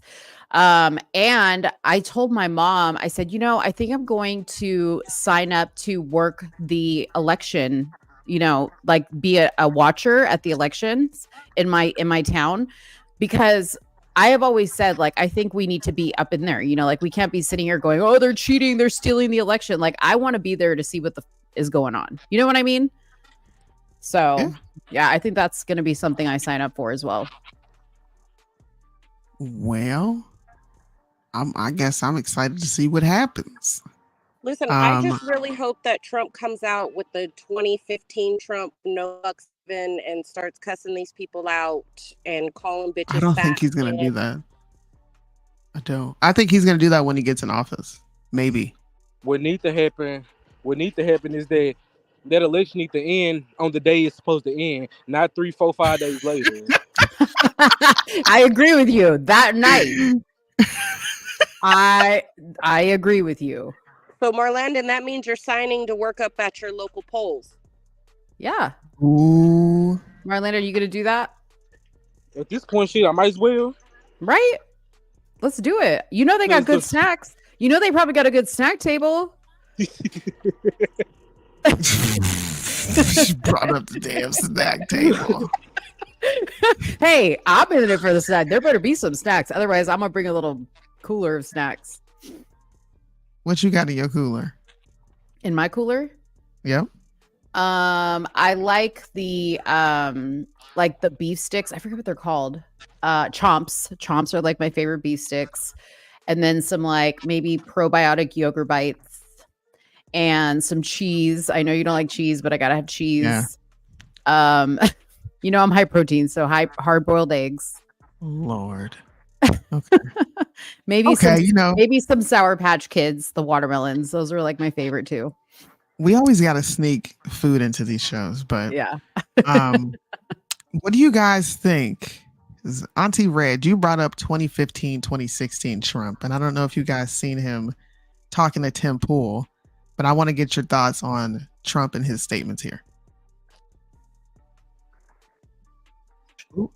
Well, I'm going to talk about that today. I got to start it over. I don't know what happened. Now the video doesn't automatically pop up, but sorry, here we go. More big one. Will you pardon Julian Assange? Well, I'm going to talk about that today, and we're going to give it very serious consideration. And we're going to have a couple of other things to say in the speech that I think you're going to love. I've heard some rumors. And you've gotten so much out of me, I should leave a little bit for the speech, don't you think? Mr. President, it is an honor and a privilege. I really do appreciate you sitting down with me. And you're very respected, I have to say. When I did a little research, and some of my guys said, and I've met you before, but they said just a very respected guy. It's my honor. What do you guys think about that? Do you think Trump is actually going to come through and pardon Julian Assange? I hope so. I would hope so, but you know, like I was very shocked by who he pardoned the last time. And I said this on your show this morning, and I know this is going to shock people, but if Biden gets in legal trouble and Trump becomes president, don't be surprised if Trump doesn't pardon Joe Biden. I'm just going to say that. You've got to protect the office of the presidency. That's what that's going to be about. And I feel like Trump's going to be on a revenge tour with a lot of people. I really do. I hope so. Yeah, I don't think that Trump is going to pardon Joe Biden at all. I think Trump is going to dance at the front of the jail. You know, his little boogie that he does, the little white boy boogie. It's going to happen at the jail. Because Joe Biden MAGA Jackson came out with that song. Remember? Because Joe Biden wouldn't do it if it was the other way around. He's trying to jail him. Can Biden pardon his son? Well, I don't know. The president can pardon themselves. He can, I think. If his charges are federal, yes. I don't know. I don't think you can rule that out, given she gave a concrete reasoning as to why, and then it's to protect the presidency in that position. Unless, I mean, in order for Trump to be an objective and impartial president, right, he would have to pardon Biden, especially if he's being accused of something he didn't do. Yeah. But maybe we're looking at this from a moral compass that really doesn't exist in Washington, D.C. So I don't know. Yeah, morals don't exist in politics. I don't. People have this dumb illusion that they do. Morals do not exist in politics. They show you that every single time something happens where we're asking the same question. Where are morals? How come we're swaying away from traditional values in America? Well, because none of these people who are in operation right now, I would say the majority, have a moral compass. They're all like morally depleted, just empty, bankrupt. These are shells of people. They just want power and influence. Okay, so because somebody said the president cannot pardon himself. It says right here, if Donald Trump were to be elected president in November, he would, after his inauguration, have the ability to grant pardons for his federal convictions. Oh, damn. What y'all think about that immunity case? The power, however, does not apply to state convictions. So that conviction that he has in New York is a state conviction. So, yeah. Holly says she thinks he will spend some time in jail. If he did, that would even invigorate the people even more because he's a nonviolent first offender. It would be ridiculous. Okay. Like it would be nobody of a class E felony with that type of track record has ever put time in jail. Like that would be crazy. That would just show how crazy they are. Yeah. But Mo, I think keeping on that track, these people tried a president for paying his attorney for a whore, and I think that's how we know that they're crazy because Bill Clinton paying $500,000 to Monica Lewinsky and $850,000 to Julia Jennifer. Brockovich. Exactly. What about Jennifer Flowers? Jennifer Flowers? Flowers? Is it Flowers? Yeah. So I don't know. I didn't look. I was a baby when all that happened. I didn't even know. Yeah, I think there was 3 women he paid money to. Old as hell. And Red Pill, I'm glad you're up here because I was telling people earlier, okay, these FEC reports, like if they were to literally take this case and be like, okay, let's go through everybody's FEC report to make sure nobody's misappropriating their campaign funds. Can you just imagine the shit that would come up? Tamika Hamilton running for Congress spent $83,000 on her child care that she paid directly to herself. Right. So there you go. There's a good example. Boom. Major Williams was another one. Major Williams was getting hotel rooms for whores, married women, and he was married himself. Like these people are case organization against the person that cannot oatmeal for brains, Joe Biden. Yeah. Yeah. It's crazy.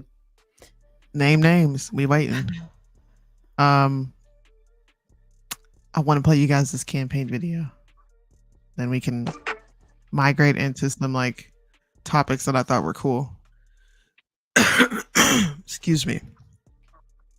And to answer your question, Sidham is somewhere in the middle. It's a show that me and Mo host every Tuesday and Friday, which is why you see it on our platforms. Yeah, welcome. I thought Joe has been here. I'm surprised. I don't know. Maybe he seems like he Joe. knows you, but he seems like he knows you. He does not know me. Like know me from like know me or just like no, but like he. Me? Well, he seemed like he knows you, like he's familiar with you, like watching you. Oh, maybe. Is he like? Oh, okay. Maybe. I'm like, what? By the way, Joe, because you're the one that said. I think he's the one that said like. Soonie, can you put a host on your thing? Because Mo says, like, this is both of our shows, Joe. Yeah. I just did it so people wouldn't be confused. Like, yeah. She's one half, I'm the second half. We're a team. I've been here since the beginning. Okay. So this is just an OG follower. What's up? This is a shared show with me and my bestie here. We talk about politics and culture and entertainment. But look at this campaign video that, that Trump came up with. This was done by the Biden administration in order to wound or hurt an opponent, a political opponent. Mr. President, can you tell us, sir, Donald Trump refers to himself as a political prisoner and blames you directly. What's your response to that, sir?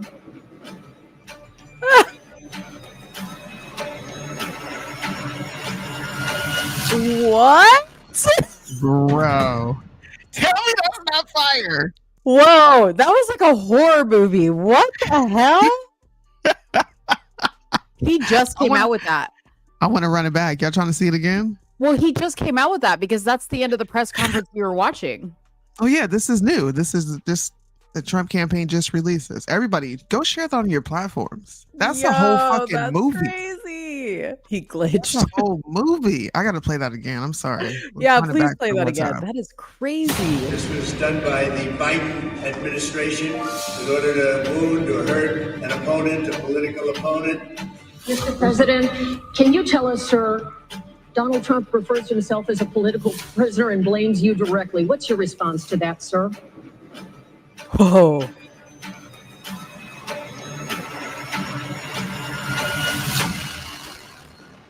Yo. Listen, that gives me like a pit in my, like, that makes my stomach, like a pit in my stomach. That's creepy. I have to tell you what I see when I see that is someone with dementia when you talk to them and there's like nothingness, so all they can do is frequently smile. Yeah. Like Yes. dementia is real. Like we need to start a Joe Biden Alzheimer's walk. The mall is open, but ain't nobody shopping. That's what's going on. Oh man, that is really creepy. And the pool is open, but ain't nobody in there swimming. Right. You want to play a game? That's what it reminds me of. You talking about Saw? Right? He turned around and was like, "Gotcha, bitch." Yikes. Yikes. Biden looks scary. Oh man. Well, guys, I have one more subject. I don't know if you have any more subjects outside of this, Mo, but yeah. I was reporting on the story of Airman Roger Fortson that was shot by the Florida Police Department, and it turns out that the deputy who shot him has been officially fired over unreasonable deadly force. Is this I the was one that actually ran over? shocked. Or no? No, this is not the one that was ran over. That guy, I think, is getting charged Yeah. with murder. And this one was the airman that was That opened that door.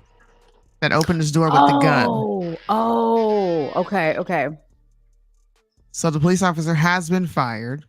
The deputy who shot and killed DeKalb County Airman Roger Fortson has been fired after an internal investigation found that the deputy's use of deadly force was not objectively reasonable.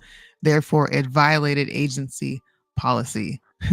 Okaloosa County Sheriff's Office released its findings Friday from an international investigation into deadly shooting that took place on May 3rd. His family attorneys said that Fortson was on FaceTime with his girlfriend when he heard an aggressive knock on the door and retrieved his legally owned gun. When he opened the door, the deputy shot him several times.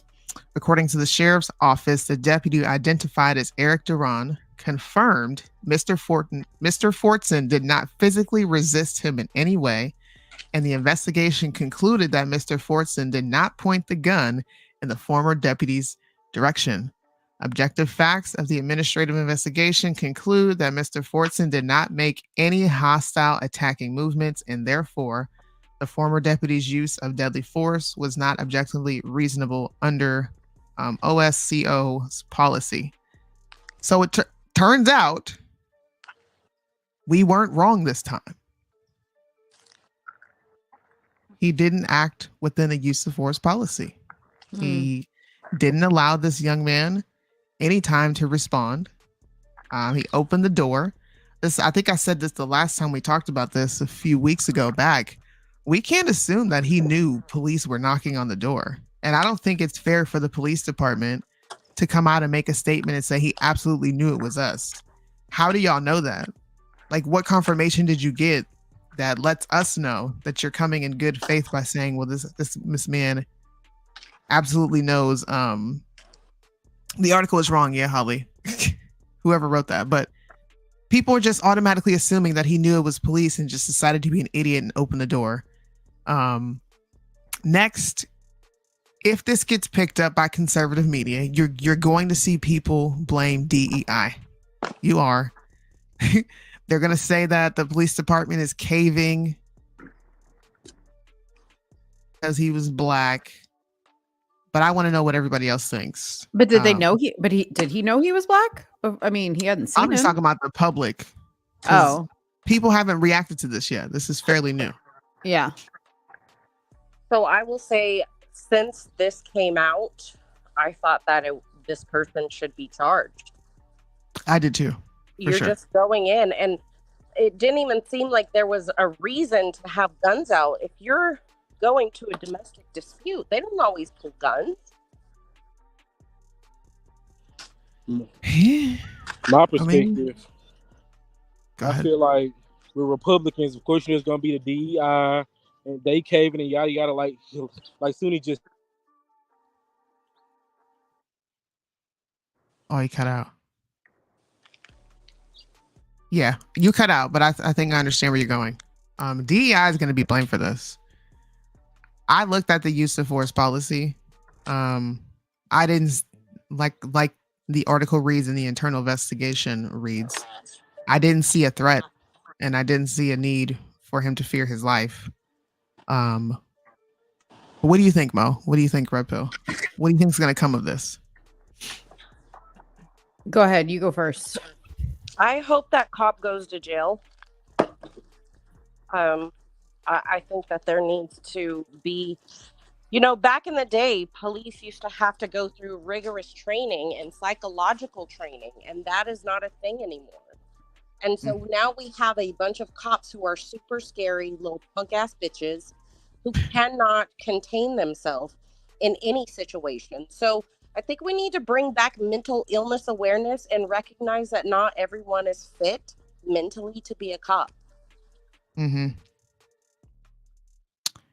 I agree with that. Did anybody see this Tiffany K come in? Yeah. We'll get to that. Okay. What were you gonna say, Mo? No, I was just gonna say. So I don't think I was. I don't remember if we talked about this on the show or it was brief or whatever. I remember I did watch a full, like the full video on my own of like the cop, getting called to the apartment complex. And the lady, I don't know if it was like a lady in the leasing office or whatever, but she had said, this isn't the first time we've heard like him screaming. And it was unclear to me whether, I guess now they're saying he was on the phone, but it was unclear to me that whether she was in the apartment or not. But they said something to the effect of, this isn't the first time, right? Like the neighbors have complained about it. Still, I agree, doesn't warrant going there with your gun drawn. And then I did see the video of the whole incident happening. I'm confused about him not knowing that it was police because I saw and heard in the video, I think at least once and maybe twice that he said it was the police.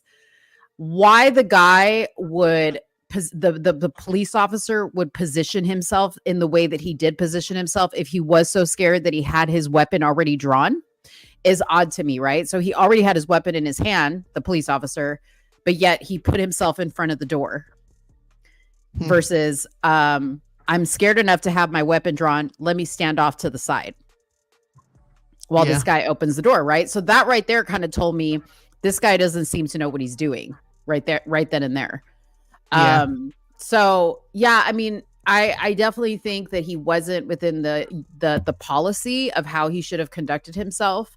And I agree with Red Pill that there is a lot of police officers that are very quick to go to that.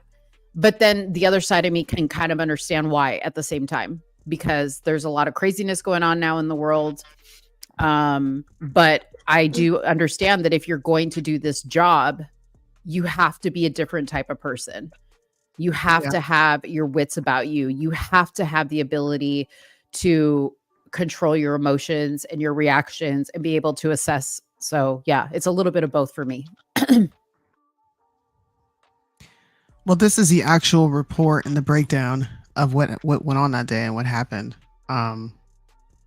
Deputy Duran was in front of the door for apartment 1401. There's a clear pay card to the left of the door. We don't need to read all that. So the officer leans closer to the door, like you said, in efforts to listen. The officer knocked on the door for the first time and moved back to the left of the door towards a small railing on the south side of the breezeway. A dog inside of 1401 barks. Deputy Duran moves north, crossing in front of the door and positioning himself to the right side of the door. A voice from inside of the apartment can be heard, which the voice was not clear, but possibly said, "Who is it?"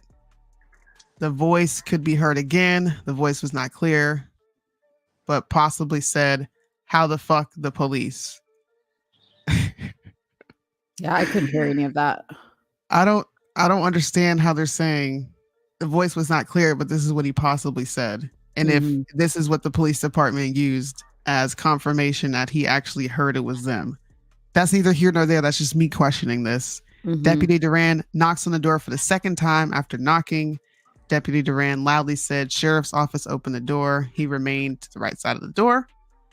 Duran crossed the door again, positions himself to the left of the door, knocked for the third time, and after knocking, loudly said, "Sheriff's office, open the door." The door started to open. For the next 10 seconds of Deputy Duran's body camera, it is broken down by the individual frame counts where possible. The video captures 30 frames per second, meaning the frames are... We don't even need to know all that. Why do they put all this in the report? God damn, this is meticulous. They have to do everything. This is crazy. 1,000. Okay, I'm not reading all that. Okay, but they're saying that this is the next 10 seconds that they're breaking down. In the next 10 seconds, he says, "Step back." His firearm comes into frame. Mr. Forson's right hand and his firearm came into frame. The firearm is down, pointed straight down. Fortson's left hand began raising with his palms facing outward. To me, that sounds like a surrender, right? If you're putting your hand up and your palm is facing out, wouldn't you be saying, "Oh shit, my bad"?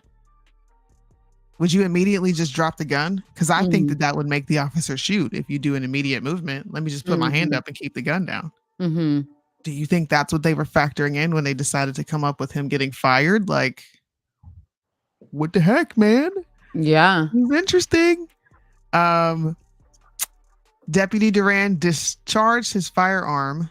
A slight amount of smoke near where the deputy's muzzle was located became visible in the frame. This is likely the first shot. Mr. Fortson still had his firearm in his right hand. Mr. Fortson began falling backwards to the right side while his left hand moved towards his shoulder area. Deputy Duran discharged his firearm. He shot again. I didn't know that. I didn't know that either. Wait a minute. A slight amount of smoke near where his muzzle was located became visible in the frame. This is likely the second shot. Damn. So maybe that's what got... Why would he shoot again? The amount of shots. Yeah, why did he shoot again? Especially if he fell backwards. Forson continued to fall backwards towards his right side where he clutched his upper right chest with his left hand. Mr. Fortson still had the firearm in his right hand. He shot again for a third time. Wow, this was likely the third shot. Mr. Fortson continued to fall backwards towards his side where he clutched his upper right chest with his left hand. Well, that's why he was fired. Too many damn shots, man. He shot a fourth time. Damn. This kind of gets sadder and sadder the more you read it in depth and you see how many times he actually shot, and this dude had no chance to react. So I think it's safe to say, based on what I'm reading here, this is the official report. If you want this report, we can put it in our description so you guys can go read it yourself.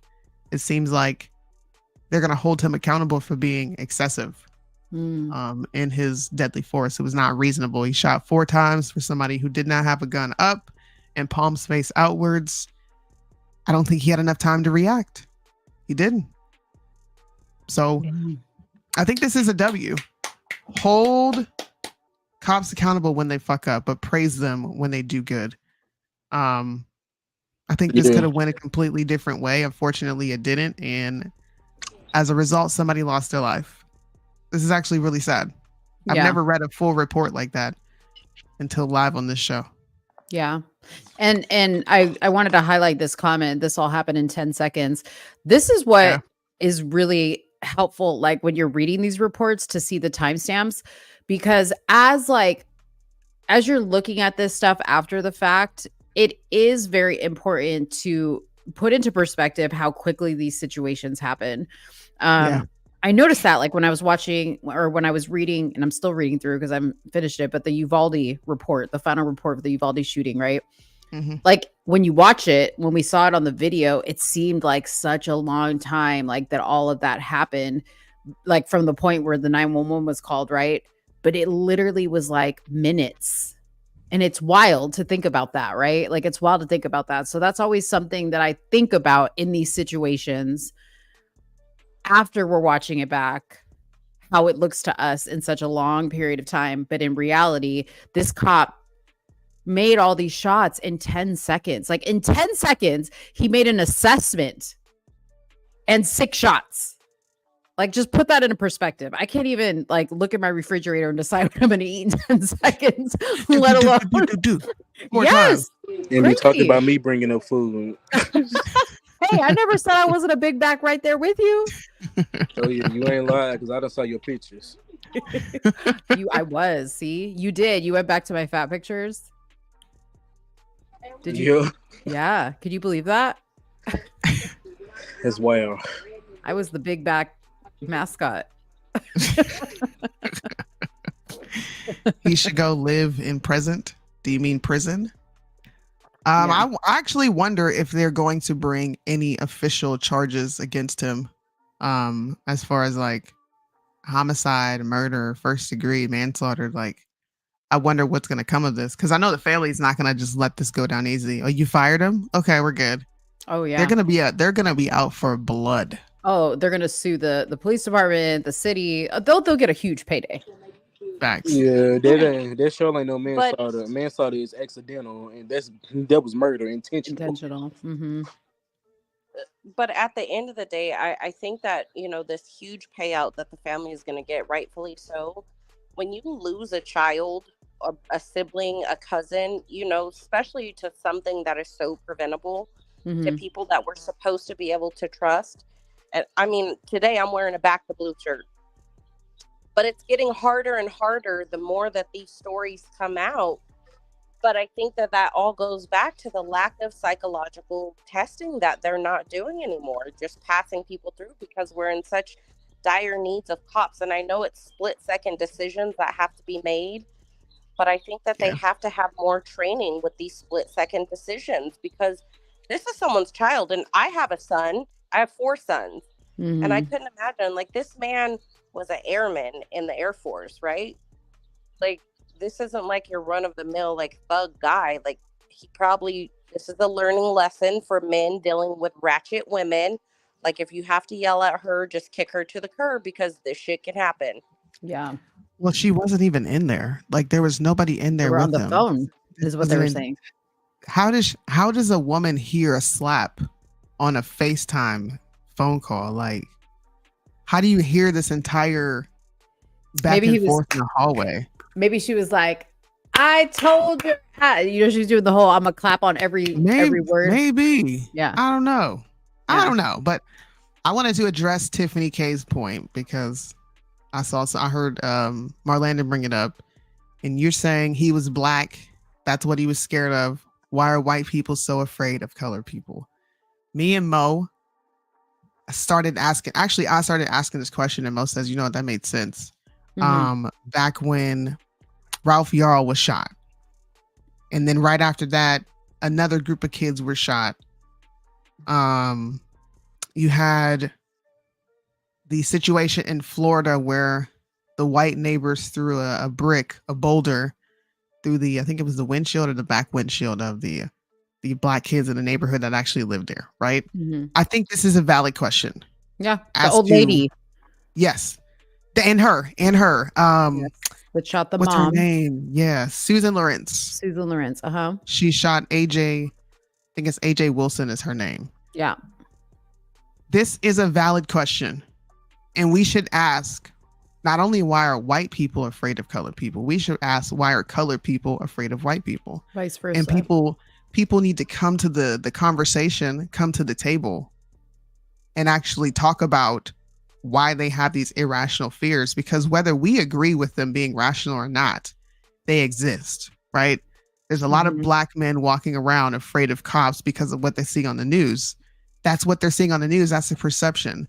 There's a lot of white people walking around uneasy, and I'm going to pull these things up, walking around uneasy because of statistics like this that aren't presented in an accurate fashion, right? This entire, I guess, informational graphic right here is set up to make you fear blacks because it shows you blacks do this more, blacks do that more. And someone actually put this in a comment section of a police officer who clearly has an issue with this sheriff being fired, because he says that maybe the guy had poor character. We don't know who the guy is. Someone put that meme, that graphic in the comment section.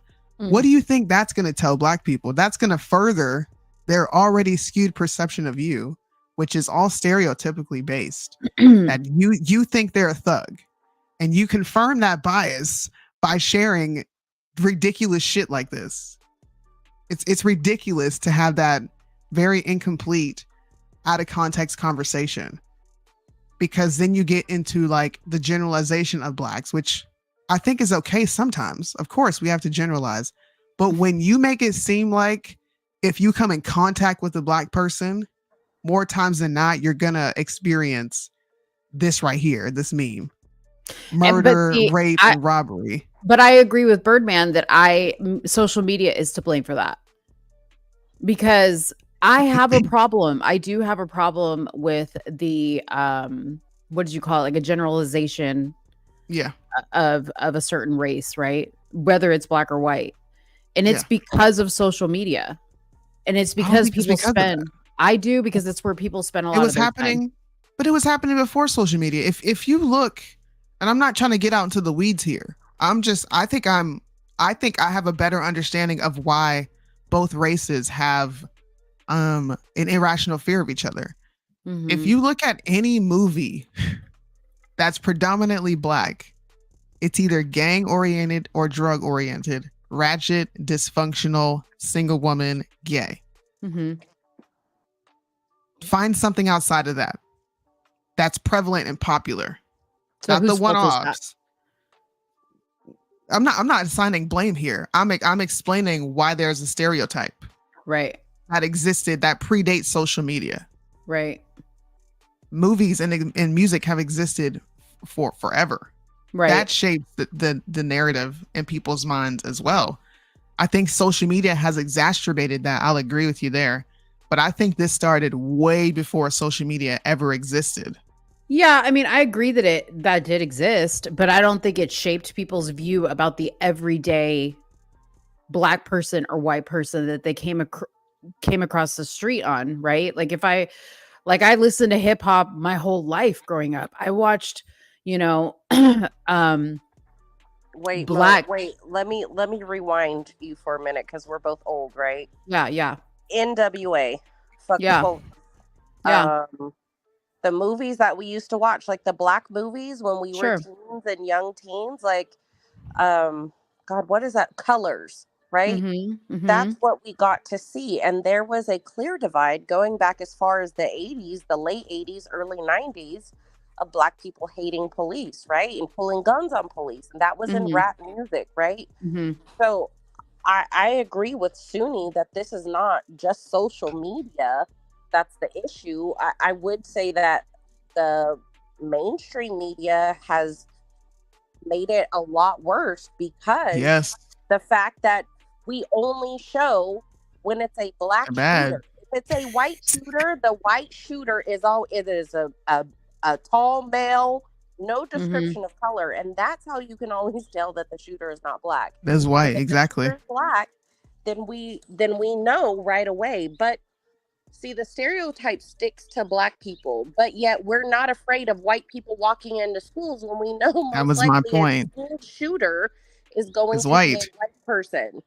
So that was my point. Yeah, it was a double standard in the fact that yes, black people have this fear of the police. Is it right? I mean, sometimes, but I think that on both sides of the spectrum, we have to learn how to have common decency and start raising our children better to just be generally good people, because that's how we fix this shit. if your cousin is Lil Ray Ray and he's acting a thug out on the street, sagging his pants and saying "fuck the police," like, tell him to get his life together, because that's not going to get you anywhere. My son right now just tested for the highway patrol. Out of 180, he tested number 4. Like, my black son is about to become a highway patrol, so I think I'm getting a little biased, but the fact is that on both sides, like, I'm hood. Like, I was raised in the ghetto, selling drugs and being a straight, hood chick. But you were a drug dealer? Yes, I learned how to cook crack when I was 11. Oh, wow. That's crazy.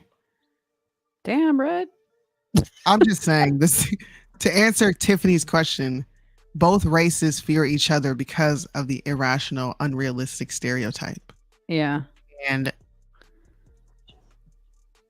when you said whose fault is that, I mean, we all know it's at the end of the day, we're making the active choice to embrace some of these stereotypes. But embracing a stereotype does not make you that. Now, can people judge you based on that? Sure, they can do that.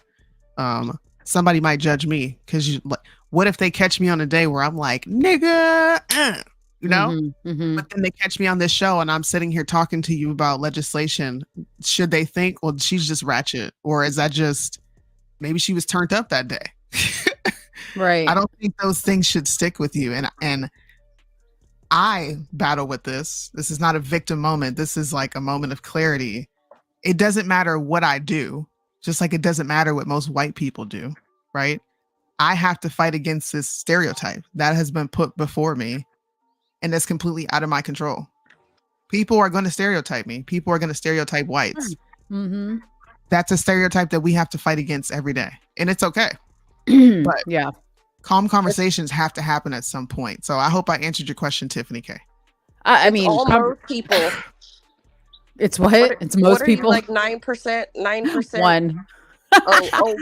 1% of that shall not be named. Yeah, it's their fault. Real thing that people have to realize: this is not a black or white issue. This is an issue that is made, bought, and paid for by a certain group of people to perpetuate stereotypes.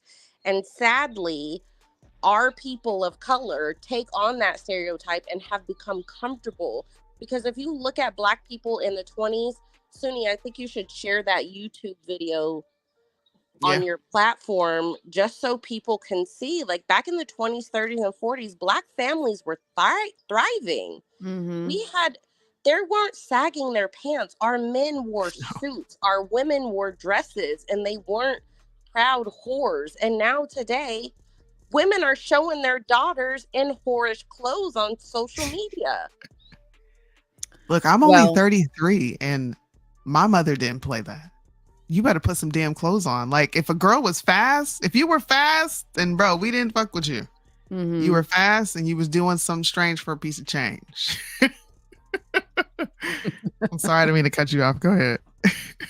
Yeah, I mean, like I've said, I think it's a spiritual issue, and it's more so an issue of the heart, for me, because I'm about the heart. You know me, I'm about people need to talk.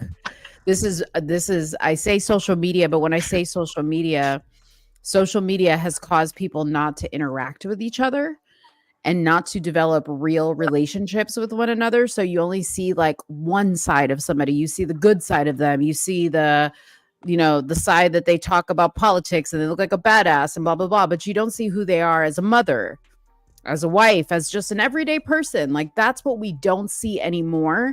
And I think our hearts have become so hardened to that is what has created a lot of that fear as well, right? Because we don't really know people. Yeah. So I don't disagree with you. Yeah. I do not disagree with you. I actually agree with you 100%. It's hard to, I don't even want to say hi to people because the weirdos that are just out here, You want your kids to be friendly, but I don't want my kids just being willy-nilly talking to strangers. Hi. Right. Exactly. No.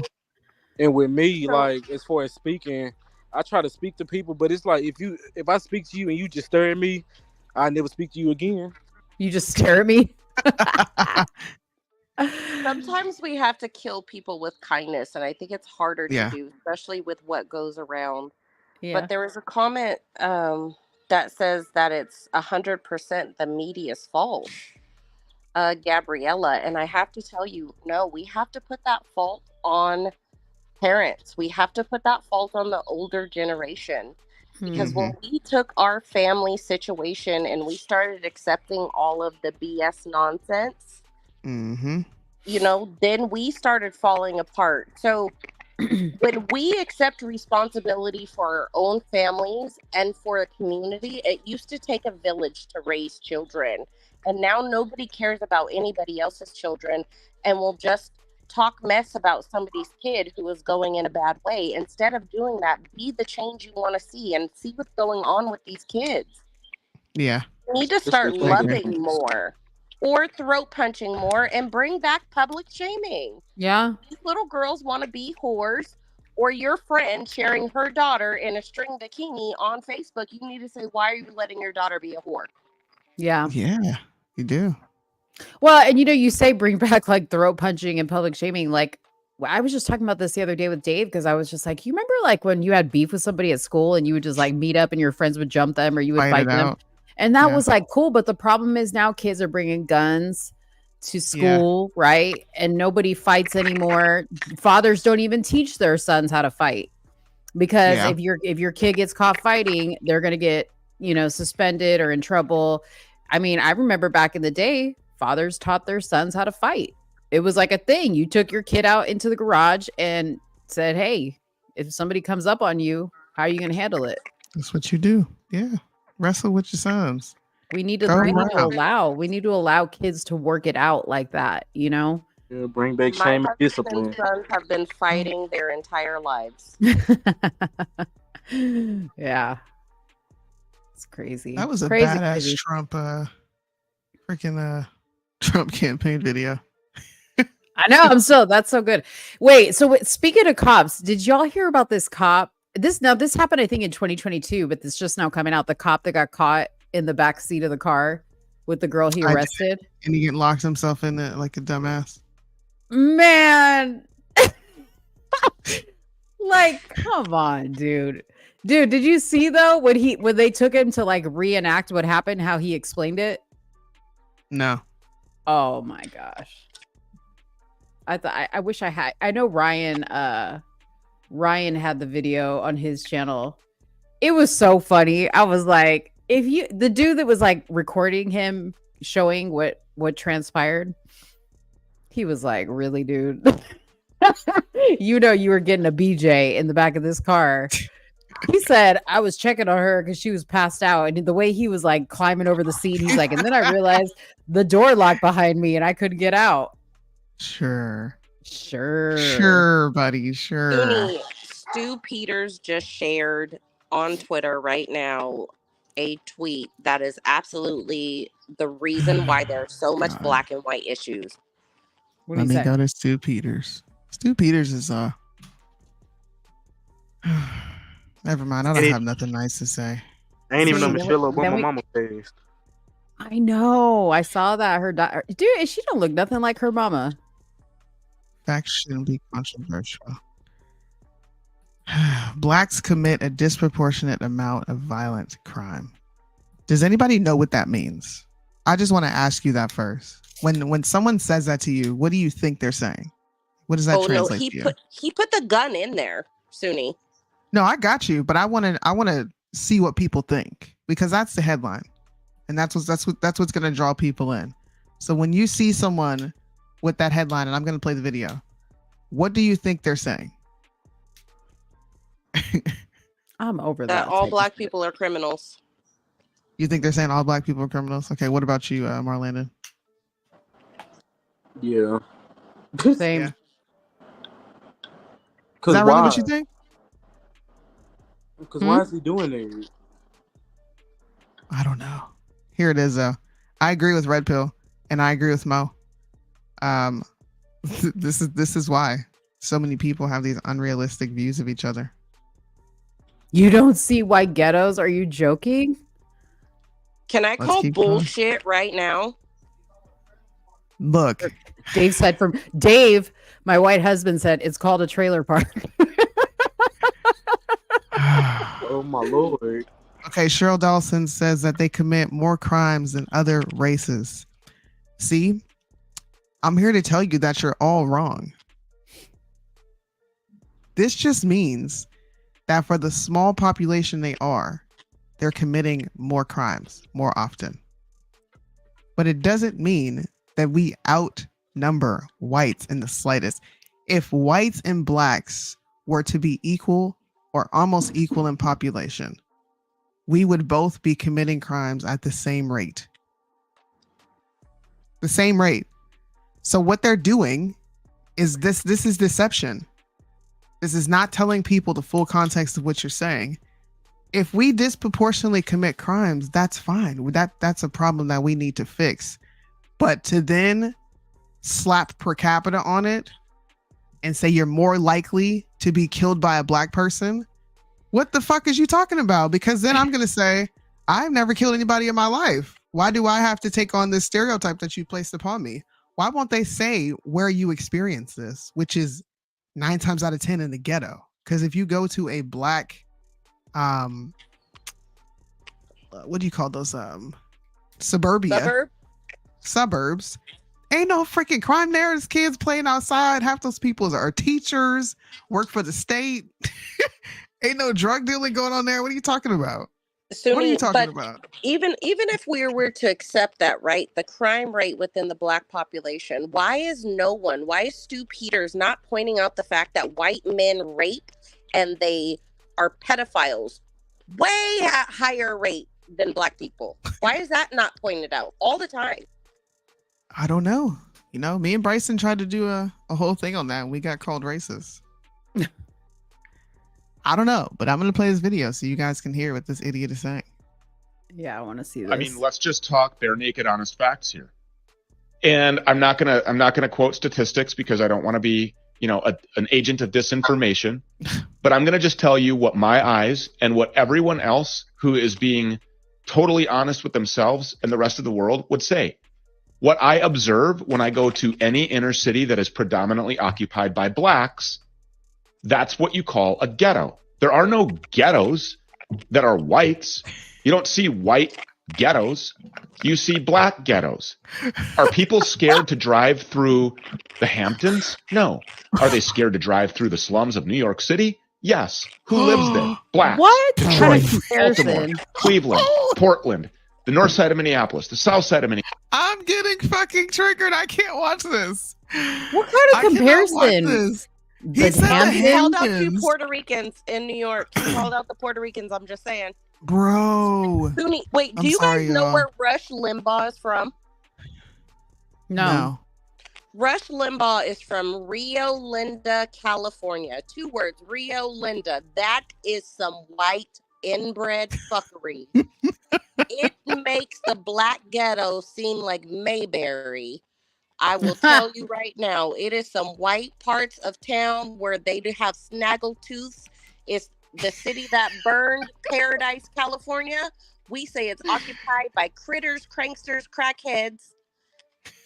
That's Paradise, California. Oroville, California is nothing but white trash. I mean, come on now, Stu Peters. Where is that? Is that like Central Valley? Northern California, Paradise, where the campfire happened. I'm serious. Oh, When you see a bunch of people, white people that are missing teeth? Yeah. That's them. Oh, man. God. Okay. I got triggered for a minute. My bad. Minneapolis, Miami, Hialeah, Houston, Austin, name a dangerous city in America. Who predominantly occupies its inner city where most of the violent crime is committed? Blacks. Why do we have to be secretive about that? These white Karens on the internet drive me crazy. They go out of their way to go complimenting black fat women as, beautiful specimens with, curvaceous lines that they're so envious of. They're hideous. They need to put down the KFC buckets and pick up the gym weights. Oh my God. He is the life of parties. Bro. This guy's unhinged.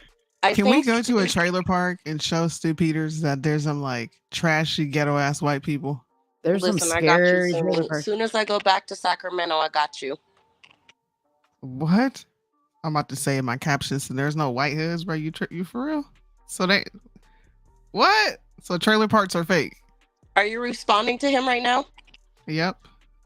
Hometown of the great late Rush Limbaugh, Rio Linda, California. That's what you need to put. And Rush was great about telling everyone that he came from pure white trash. Whew. I think Stu Peters just showed his inner massa. He definitely did with that one. Well, there you go. Mo was right. All right. It predates social media, but social media has exacerbated unnecessary, unhealthy opinions that cause more damage than good. Nobody needs to be walking around afraid of any race. Black people shouldn't be walking around afraid of white people, white cops. Nobody white. Just like whites shouldn't be walking around afraid that they're going to get shot by one of us because we might be a gangster. It's all stupid. So somebody should tell Stu Peters that Myrtle Beach, South Carolina was ranked as the 12th most dangerous city in America, 72% white. Well, he's going to say that it's dangerous because of the black people that commit crimes there, which is actually true. There's a bunch of black folks out there living it up. I just think everybody in the comments listening right now needs to go to Stu Peters' Twitter and let him know that white people are the most consumers of child pedophilia. You want to do that? And school shooters are predominantly white males. Lord, here we go with this. I like this conversation, but because it's fun, but then it gets circular. But why black? They can call white trash, but white can say N-word is double standard. Can't say N-word. Okay. Why black can't be racist, but only white can be racist? Both people can be racist. I don't think there's anything wrong with saying white trash. I don't think that holds the same weight as dropping the hard ER if we're talking about historical context. And I'm going to be honest, to historical context. Now, should it be said? Should we be slurring anyone? No. But to compare white trash and cracker and peckerwood to nigger, come on. None of those words, like, I'm not sensitive about it. I'm just going to be honest to history. Dude, white people don't care if you say cracker, bro. They laugh at you because they think you're ridiculous. I've yet to meet a white person that was offended about me saying cracker, especially in a playful way. I've literally seen white girls with hats that say white trash. And guys that have things that say cracker. So I'm just saying, but you know, why does anybody want to say those things? Whether it's the N-word, whether it's whatever. I'm like, who cares? First of all, can we just laugh? Like, you know, I don't personally say the N-word, not the hard or the soft or whatever you want to call it. But when Soonie saying nigga. No, I don't. When Soonie says it, and like when she says it in the way she says it, in the context she says it, I'll laugh because it's funny to me, like the way she says it or the way she uses it. I would personally never use it. But I'd be saying white trash and cracker ass cracker. I would say it. Can I just respond to Gabrielle real quick? Gabrielle, let me tell you right now, as a person who has a white mom and a black dad, I am highly offended by what Stu Peters put out. Highly offended. The fact that white people love to go after black crime but do not want to accept the trash that is in their own damn backyard. The Bible tells us don't look at the speck in someone else's eyes when you got a whole damn log in your own, okay? Stu Peters needs to look at these white trash people who are raping children and women and shooting up schools before he comes for niggas, okay? We don't handle the niggas. Stu Peters needs to stay in his lane. Yeah, that's why I say white trash. Throwing stones at a glass house. Red Pill said, we gonna handle the niggas. Y'all stay over there. Throwing stones and everything in the glass house. Mind your business. Stay in your lane. It won't be no traffic. That really is what she said. I'm just saying, like, if you want to solve problems, start with these white pedophiles. Get your boy Jeffrey Epstein. You know what? Listen, if y'all want to solve problems, start with yourself. Okay, fix your own shit. Fix yourself. You can't fix nobody else. Listen, Mo, let me tell you, I fixed myself. I told you how I was raised. 2 drug addict parents. Well, no, I'm not saying at you. 11. Listen, Yeah. I had 5 children who are living their best life. I've been married for 24 years. You're proof. I You're am proof that if you want to be the change you want to see, it starts with you. But Right. now I'm going to judge Stu Peters, an insensitive, emotional fucking bitch who wants to be mad because Stu Peters says that black people are ghetto and they commit all these crimes, and now I can't call white people white trash and white ghettos. Like, what the shit are we doing? Oh my God. Wait a minute. Don't use white, use Caucasian. I think she's being an asshole right now.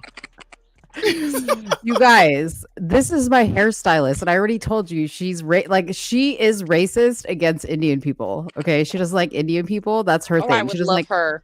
She doesn't like Muslims, and she doesn't like Indian people. Oh Yeah. So she didn't like Vivek Ramaswamy. Don't get her started. And by the way, she's French, and she has a very like strong accent, so that's why her things don't make sense because she can't. Her English is a little weird. Yeah, but she's crazy. She's so racist. I'm like, if you didn't know how to beat my hair, okay, I would be not going to you. But she's so crazy. I'm telling you, Mo, y'all don't believe me when I say you, Soonie, Red Pill, and Kwame, y'all will make some good senators in our countries. They're not ready for it. There would be a melee up in there. It would be a mess. I would be that one person to drop, the cracker. Listen, Becky. Oh my Lord.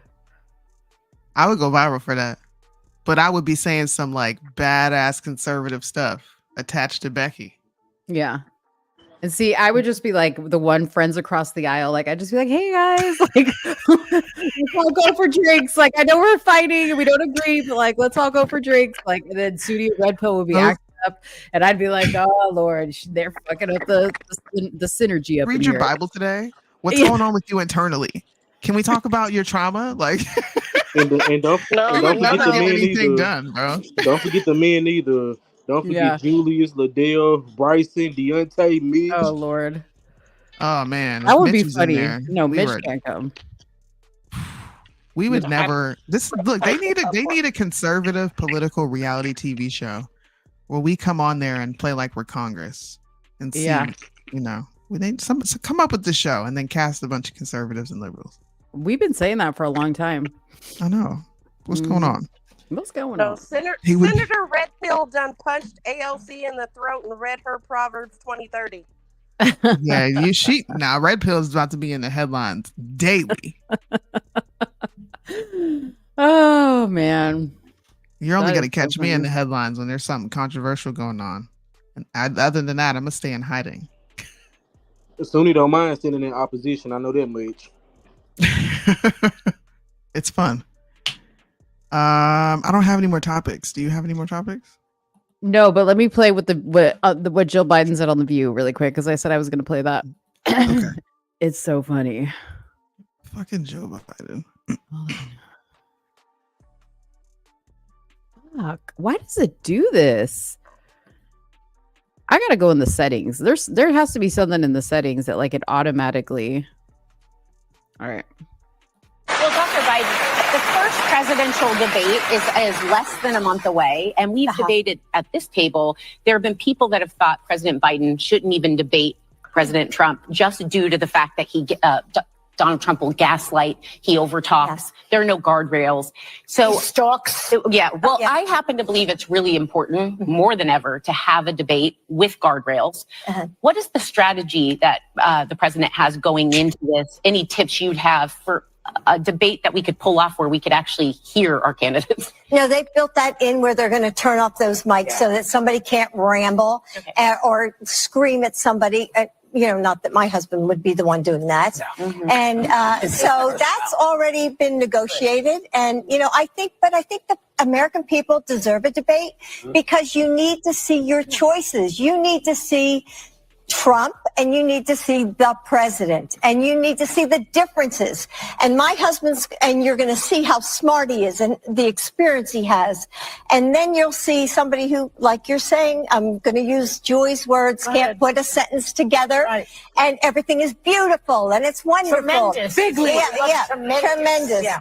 So I think the American people deserve to see the two men who are running for this office, because your choice is going to be clear. Yeah. Can you believe she said that Trump can't put a sentence together? Listen, Mo. Like the nerve? These people are gaslighting all of America right now. And Americans are finally like, did you see Joe stumble and fumble over his words? Did you see 16 jump cuts in a 16-second video?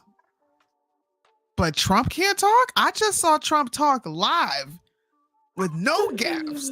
Biden can't even walk up the stairs. Do y'all remember that clip that they tried to bury? My butt's been wiped. You remember that? Yeah. Where do we have Trump with this I gap? think as a wife, hell no. as a wife, I would never allow my husband to be on the stage where he's incapable. I think that Jill Biden is the poster child for repeal the 19th. Yeah. And not at all a good human. You know, and I hope one day we find out really what Jill Biden is hiding, because for her to put her husband in this type of position and allow him to continue to be scrutinized when he's mentally not well, what do they have on her is what I want to know. I don't think they have anything on her. I think that women are greedy for power and they don't really care how they possess this power. That's crazy. I could never. You know what? I was wanting to talk to you. I wanted to talk to you too. This. We haven't talked about this. We haven't. I think you're going to be surprised about my take on this. Maybe not. Can we play this? Yeah, let's play. So if y'all don't know what we're looking at, this is Northwest. And she made her musical debut at the Hollywood Bowl, commemorating the 30th anniversary of The Lion King. Okay, so let's just keep in mind Northwest is 10 years old. She's performing in the number "I Just Can't Wait to Be King" from the movie. Okay, so we'll play this so you guys can see.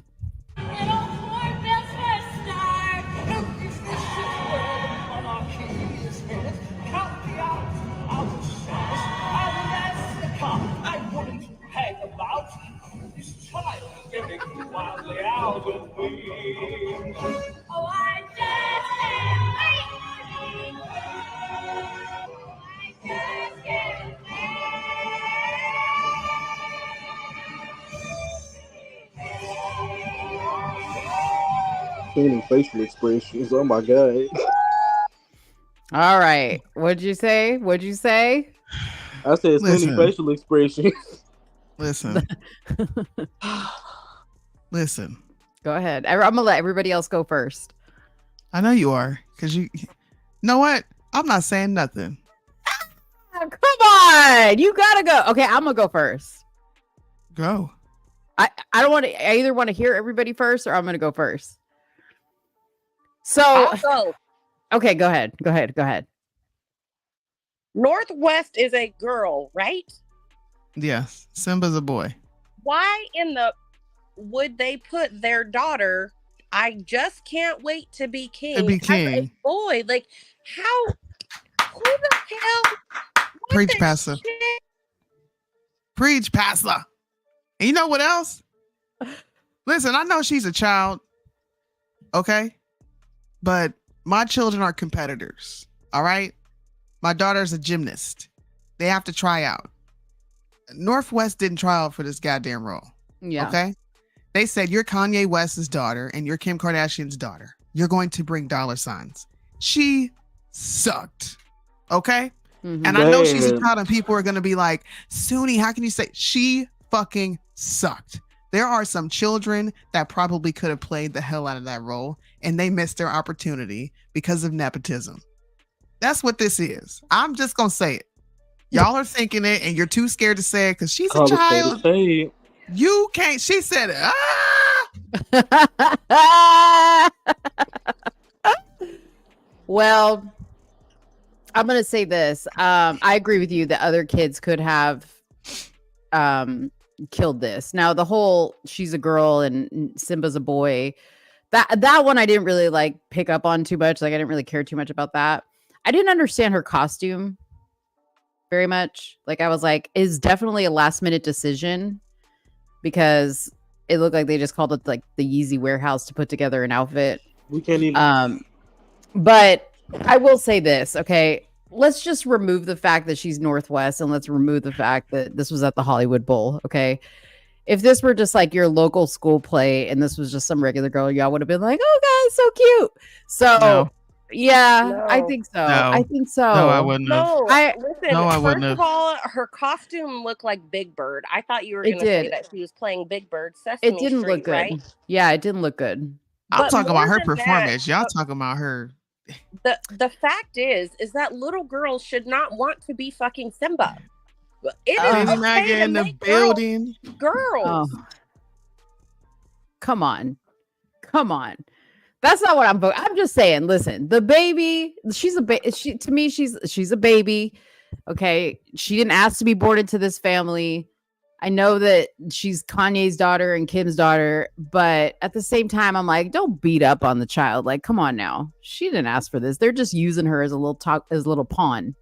I'm not beating up on the child. I'm beating up on the parents. Both of them know better than to put their child in a boy role because of the shit that's going on, changing gender. So Yeah. now when we see in 2 months that Northwest identifies as a boy, we know why. Well, that will be scary if that happens. That will be scary. They do live in California. Yeah, that's true. That's true. I mean, I couldn't believe when I saw what was it, Jennifer Lopez's daughter and Ben Affleck's daughter. Like they have completely like been transitioned. They look crazy. I don't know what y'all talking about, but the talent wasn't there. The talent was not talenting, and I'm mad that they did that to The Lion King. The Lion King is a classic, okay? Why do people have to ruin it with their like lame renditions of this shit? Yeah. Just Like, leave it alone. Like Nala's role is any less important, right? Why she couldn't be Nala? Why does she have to be Simba? It's little things like that, man. All right? It's little things like that. My daughter was in a school play and they said, well, she's going to be a cow, but there was an option to be a lamb. And I was like, no, boys can be cows. My daughter will be the lamb. Okay. That's how I go. What is this? Did you see Somebody this? come Soonie? look at this. Keke Palmer, they called a truce. But he's an abuser. Why would you call a truce with your abuser? Exactly. Why are these women so stupid? Clocky. Oh my God. These women are so stupid. We're talking about Keke Palmer, though.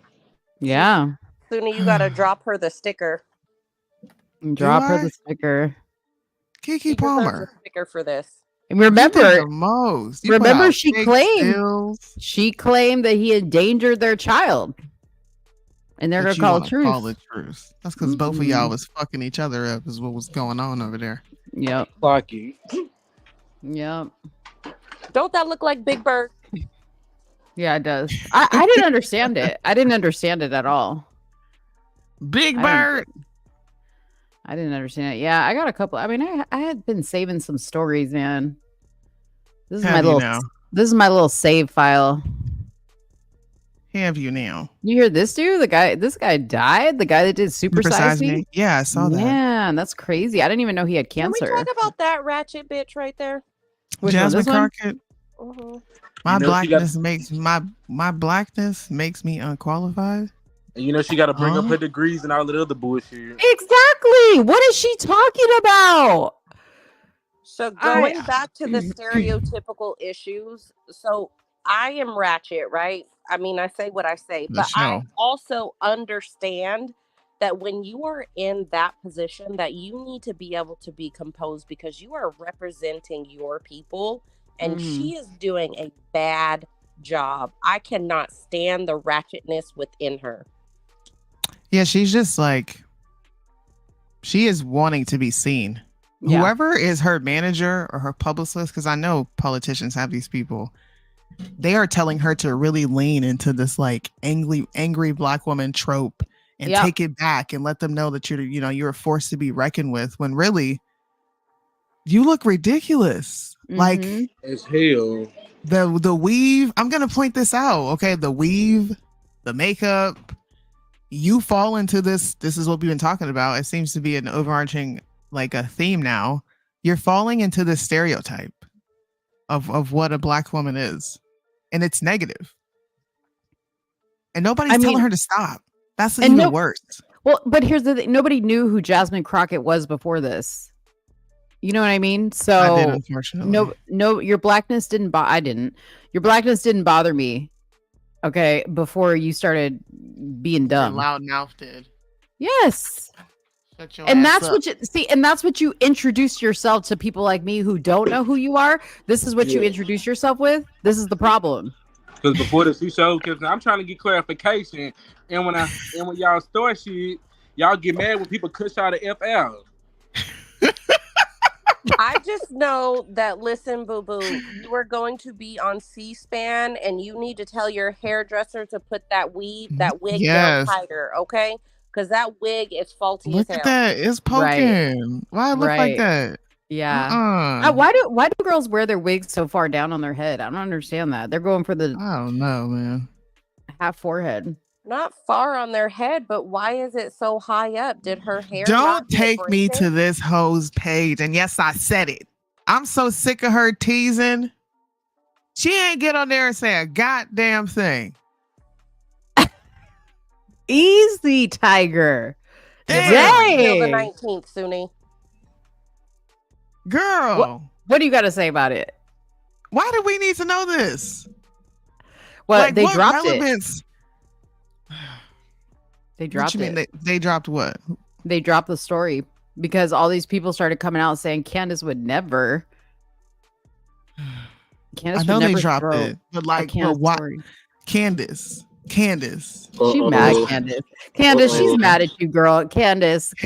First of all, Candace, just listen to what Soonie's got to say, but don't hold it against her because in a little bit she'll be back on your. You know, I'm not anti-Candace. With you. All right, I'm still Team Candace. I like the video. I gave her a like. All right, it's there. You can see it right there. There go my little. I'm right in between. Corinne and Right Wing. Corinne and Right Wing. I gave it a like, but girl, there's plenty of rumors about you out there. Okay, people are saying that you came up with a whole ass doxing site. You were left-leaning liberal before you came out and grifted this whole conservative. But I'm saying, but she didn't take the time to address it. She didn't say nothing. You got your gay cousin coming out speaking on behalf of you. You ain't came out and said shit about that. I have no idea what's going on currently with Candace because after she doubled down on Crowder, I said, fuck her. She is a non-factor. Oh my gosh. You haven't kept up with her since then? Fuck no. Listen, Candace, girl, there's rumors out there about you. I heard this rumor before it even hit this. Oh gosh. What's the rumor, Soonie? Tell me. It's true. Do you want to listen? This is an ongoing discussion in some conservative circles and people that have come in contact with Candace. She's a bitch. She's rude. She's not kind, and she's a mean girl. You took up 30 minutes of my life to talk about how the Daily Wire is coming against you and putting out this salacious news. This has been out there. What are you talking about? So basically, somebody alleged, or the Daily Mail said they were going to run a story on Candace that somebody at the Daily Wire had said that Candace was nasty to work with and that she threw a can of soda at somebody. So I could see that happening when the whole Crowder thing came out with his wife the first time that Candace was talking about it. We were actually on the live and I said, I can only imagine how Candace talks to her husband because I can tell that Candace is straight a pure cunt. What? What'd you say? Candace is a pure cunt. Red pill. No, I don't like her. She's disgusting. Oh my gosh. I can't say all that. I don't feel that way about her, but what made you not like her? I want to hear this. Yeah, let's tell it. So I think that Candace can do a lot more than what she was doing. And I haven't liked Candace for a while. I don't know, maybe it's been like 3-4 years that I haven't liked Candace. But Candace flipped and started supporting Ramaswamy, right? Worked on his campaign when she got popular off of Trump. And then the Steven Crowder thing came back out when Steven Crowder got vindicated, and Candace doubled down and backed Steven Crowder's cunty wife. And it just proved to me. I mean, Soonie will tell you, like, after she came out about something, I was like, okay, good. I'll start liking Candace again. But when she totally backed a woman who vengefully got evidence to make her husband look bad, that put a sour taste in my mouth. Listen, dog. Mo over here trying to smooth it over. Well, what happened is the Daily Wire employee. Why did you have to come out and talk about this? Why you couldn't come out and, like, just can you talk about what's going on in Israel? Didn't you go over there? Didn't she go over there? She did. She was gone for a while. What the fuck are we waiting for? That's the only thing I want to hear from her. I want to hear you talk about Israel. I don't care about nothing else you talk about. Mo, in all honesty, you cannot say that the interviews you see with Candace, you can't tell that she is a cunt in real life. Bro. I can't. No, I can't. I personally have not had any direct involvement with her, so I can't say that. I didn't say direct involvement. I said the interviews that she does, the way that she smacks her lips and rolls her eyes, you can tell that she is a cunty of cuntiest. I don't know. No, I don't think so, because I could be that way too, and I'm not cunty. No, like, you're nice. Even me, like, I sometimes am just ratchet, right? I could be a big bitch, but Candace is a cunt. She is like a nasty, slithering fucking cunt. She is. That is such, dude. I feel like cunt is like the worst thing you could say, and that's what she is. It's so like, so. But it's I like reserve dirty. it. I don't give cunt to everyone. Oh my god! Stop saying it. Special people. Candace is literally definition of a cunt. I don't listen. I'm gonna say this because you're not gonna get the backlash for this, and I don't really feel like dealing with it. These are the viewers and the viewers' opinions only. There are two hosts here that do not hold these views towards Candace. Now, does this mean that I'm afraid? No. But I need people to understand, and I wish I could pull this camera closer, or I had a cameraman to, like, zoom in for dramatic effect. Whatever Red Pill says, that's what Red Pill's standing on. Don't slap that shit to me or to Mo. Now, don't do that. What I will say is this, okay? Because I remember when she went after Steven Crowder for saying, "Oh, I'm going to tell you everything that's going on, but I'm going to put it behind a paywall," right? Remember when she was critical of him doing that? Okay, well, now she's technically doing the same thing, because she's like, I'm going to come out with all this stuff, so make sure you subscribe to my paid, like, as a not just hit the subscribe button, but like get a subscription so you can hear everything. And I understand why her and Crowder have done that, because for legal reasons, you don't want to have that out there. Like, YouTube's going to take your whole, you know what it is, right? But you criticize somebody else for doing that. So that I don't like, because I'm like, okay, if you have stuff to expose and you want people to be like on the up and up, then expose it. Exactly. Yeah. Stop fucking playing. Can I just say that there was a person just in the comments who just said that they worked. I gotta go outside, y'all. Yeah, Yakini.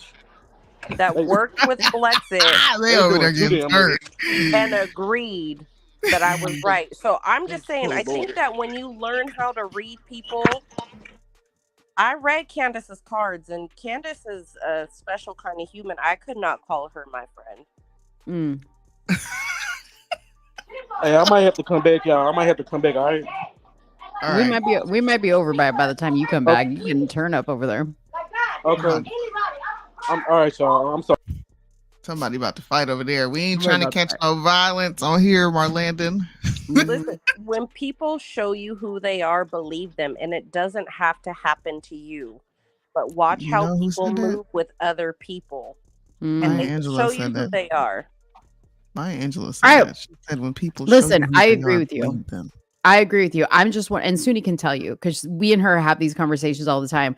Is I'm one of those people that like I'm never going to dislike you because somebody else dislikes you or somebody else had an experience with you. Like it has to be my experience, right, Soonie? So like I take a while, like, but once I get there, I'm there. Yeah, she did that to me with Christian Walker. You know, I would Yeah. post about Christian Walker. She'd be like, Soonie, leave him alone. No. You're going to learn that you cannot trust a man that bends over for another man. And she laughed at me. She laughed so hard. Man, you're crazy. Why always got to bring Listen, up there are many people Because who I have, that's my claim to fame. Let me have my claim to fame. like I have cussed people out for messing with people on the internet because I see how they move slimy, right? And if you are slimy to one person that I see in my face, that means you would do it to me. So you have to use the analogy when people show you who they are, regardless if it's you or not, they'll do you exactly the same way because they don't care. That's true. I mean, at this point, Steven Crowder was vindicated and Candace still doubled down and He backed really did, bro. his wife. So Candace said we were on the wrong side of history with this one. Stop laughing. It's true. Candace has her feminazi moments. She does. Candace is a whole boss babe, bro. She does. Can we stop telling can we stop putting on this maybe she has traditional views, but she's definitely not a traditional woman in the slightest.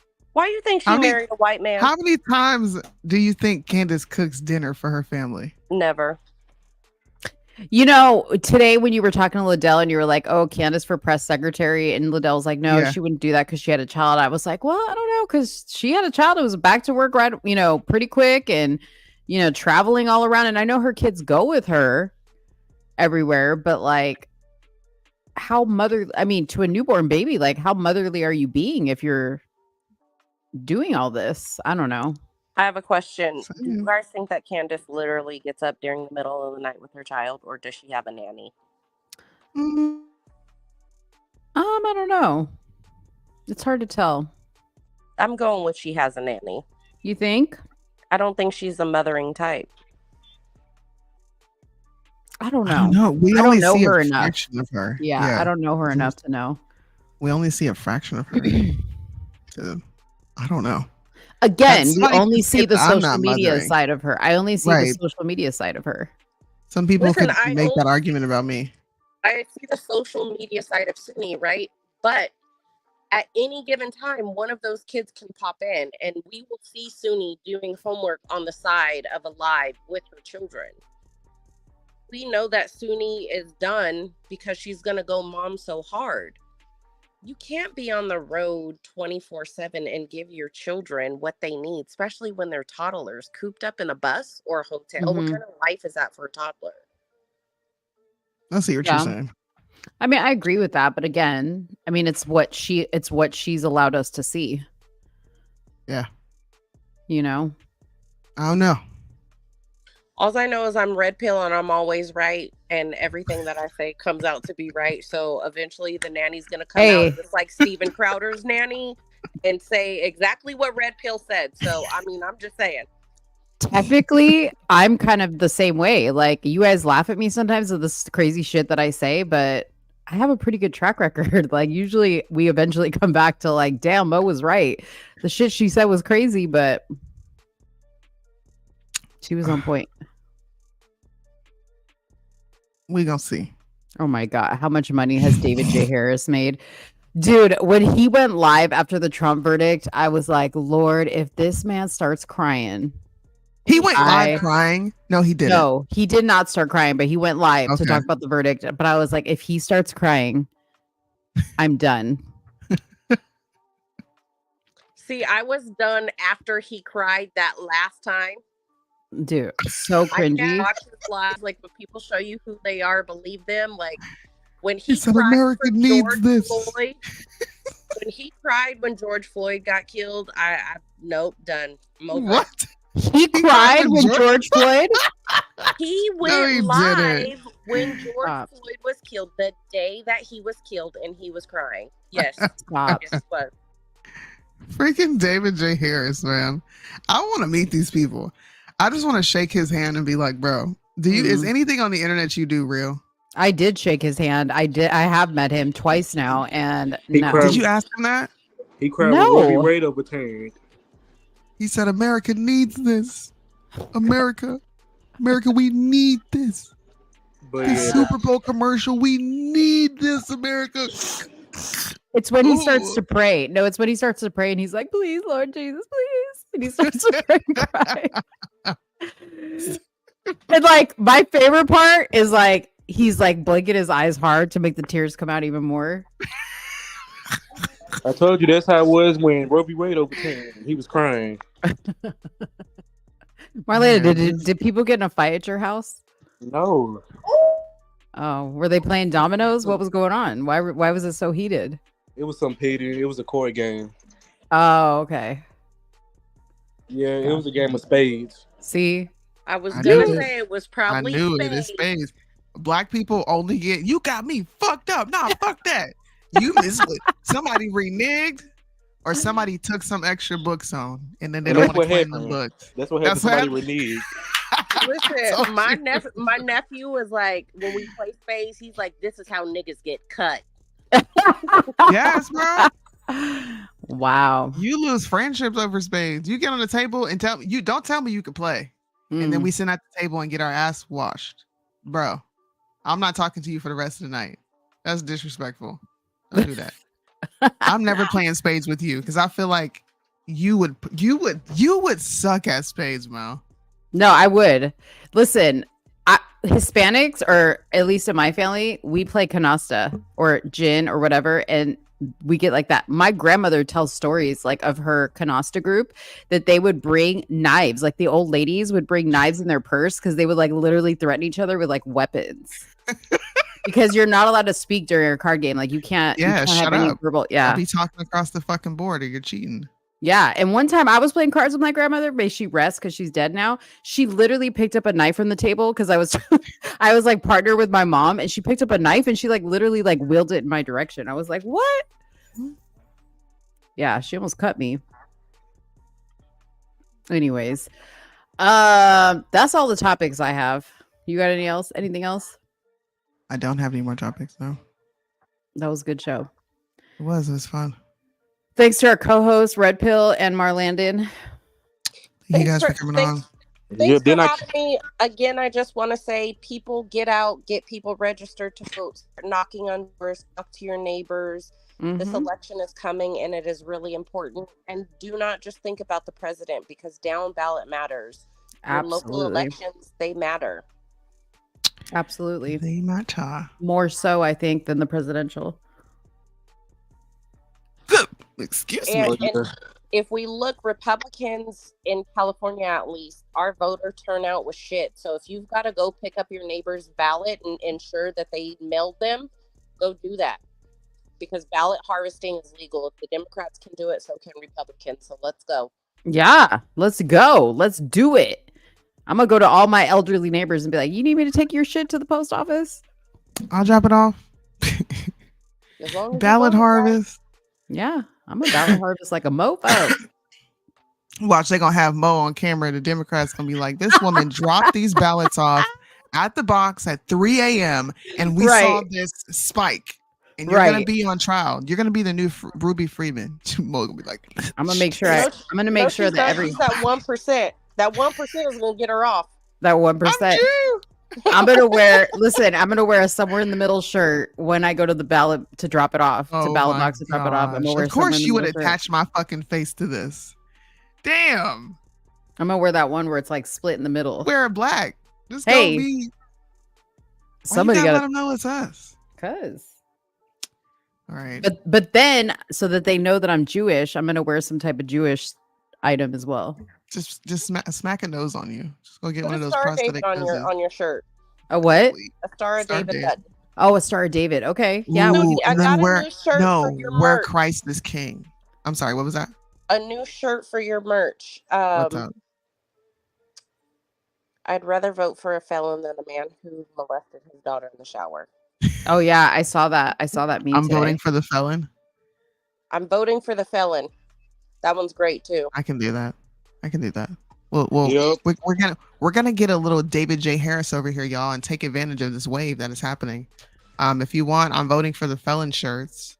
I'm not putting Trump's mugshot on it, so don't ask me. That's not We need happening. to do a felony is greater than or pedophilia, something to tie those two together. Something, I don't know. Good idea. Thank you for that idea. Greater than a pedophile. Make felons great again. Yes. I'm kidding. Don't. That speaks volumes. Don't walk around with that shirt on, because then there's going to be a push for making felons great again. Hug your local felon. Hug your local.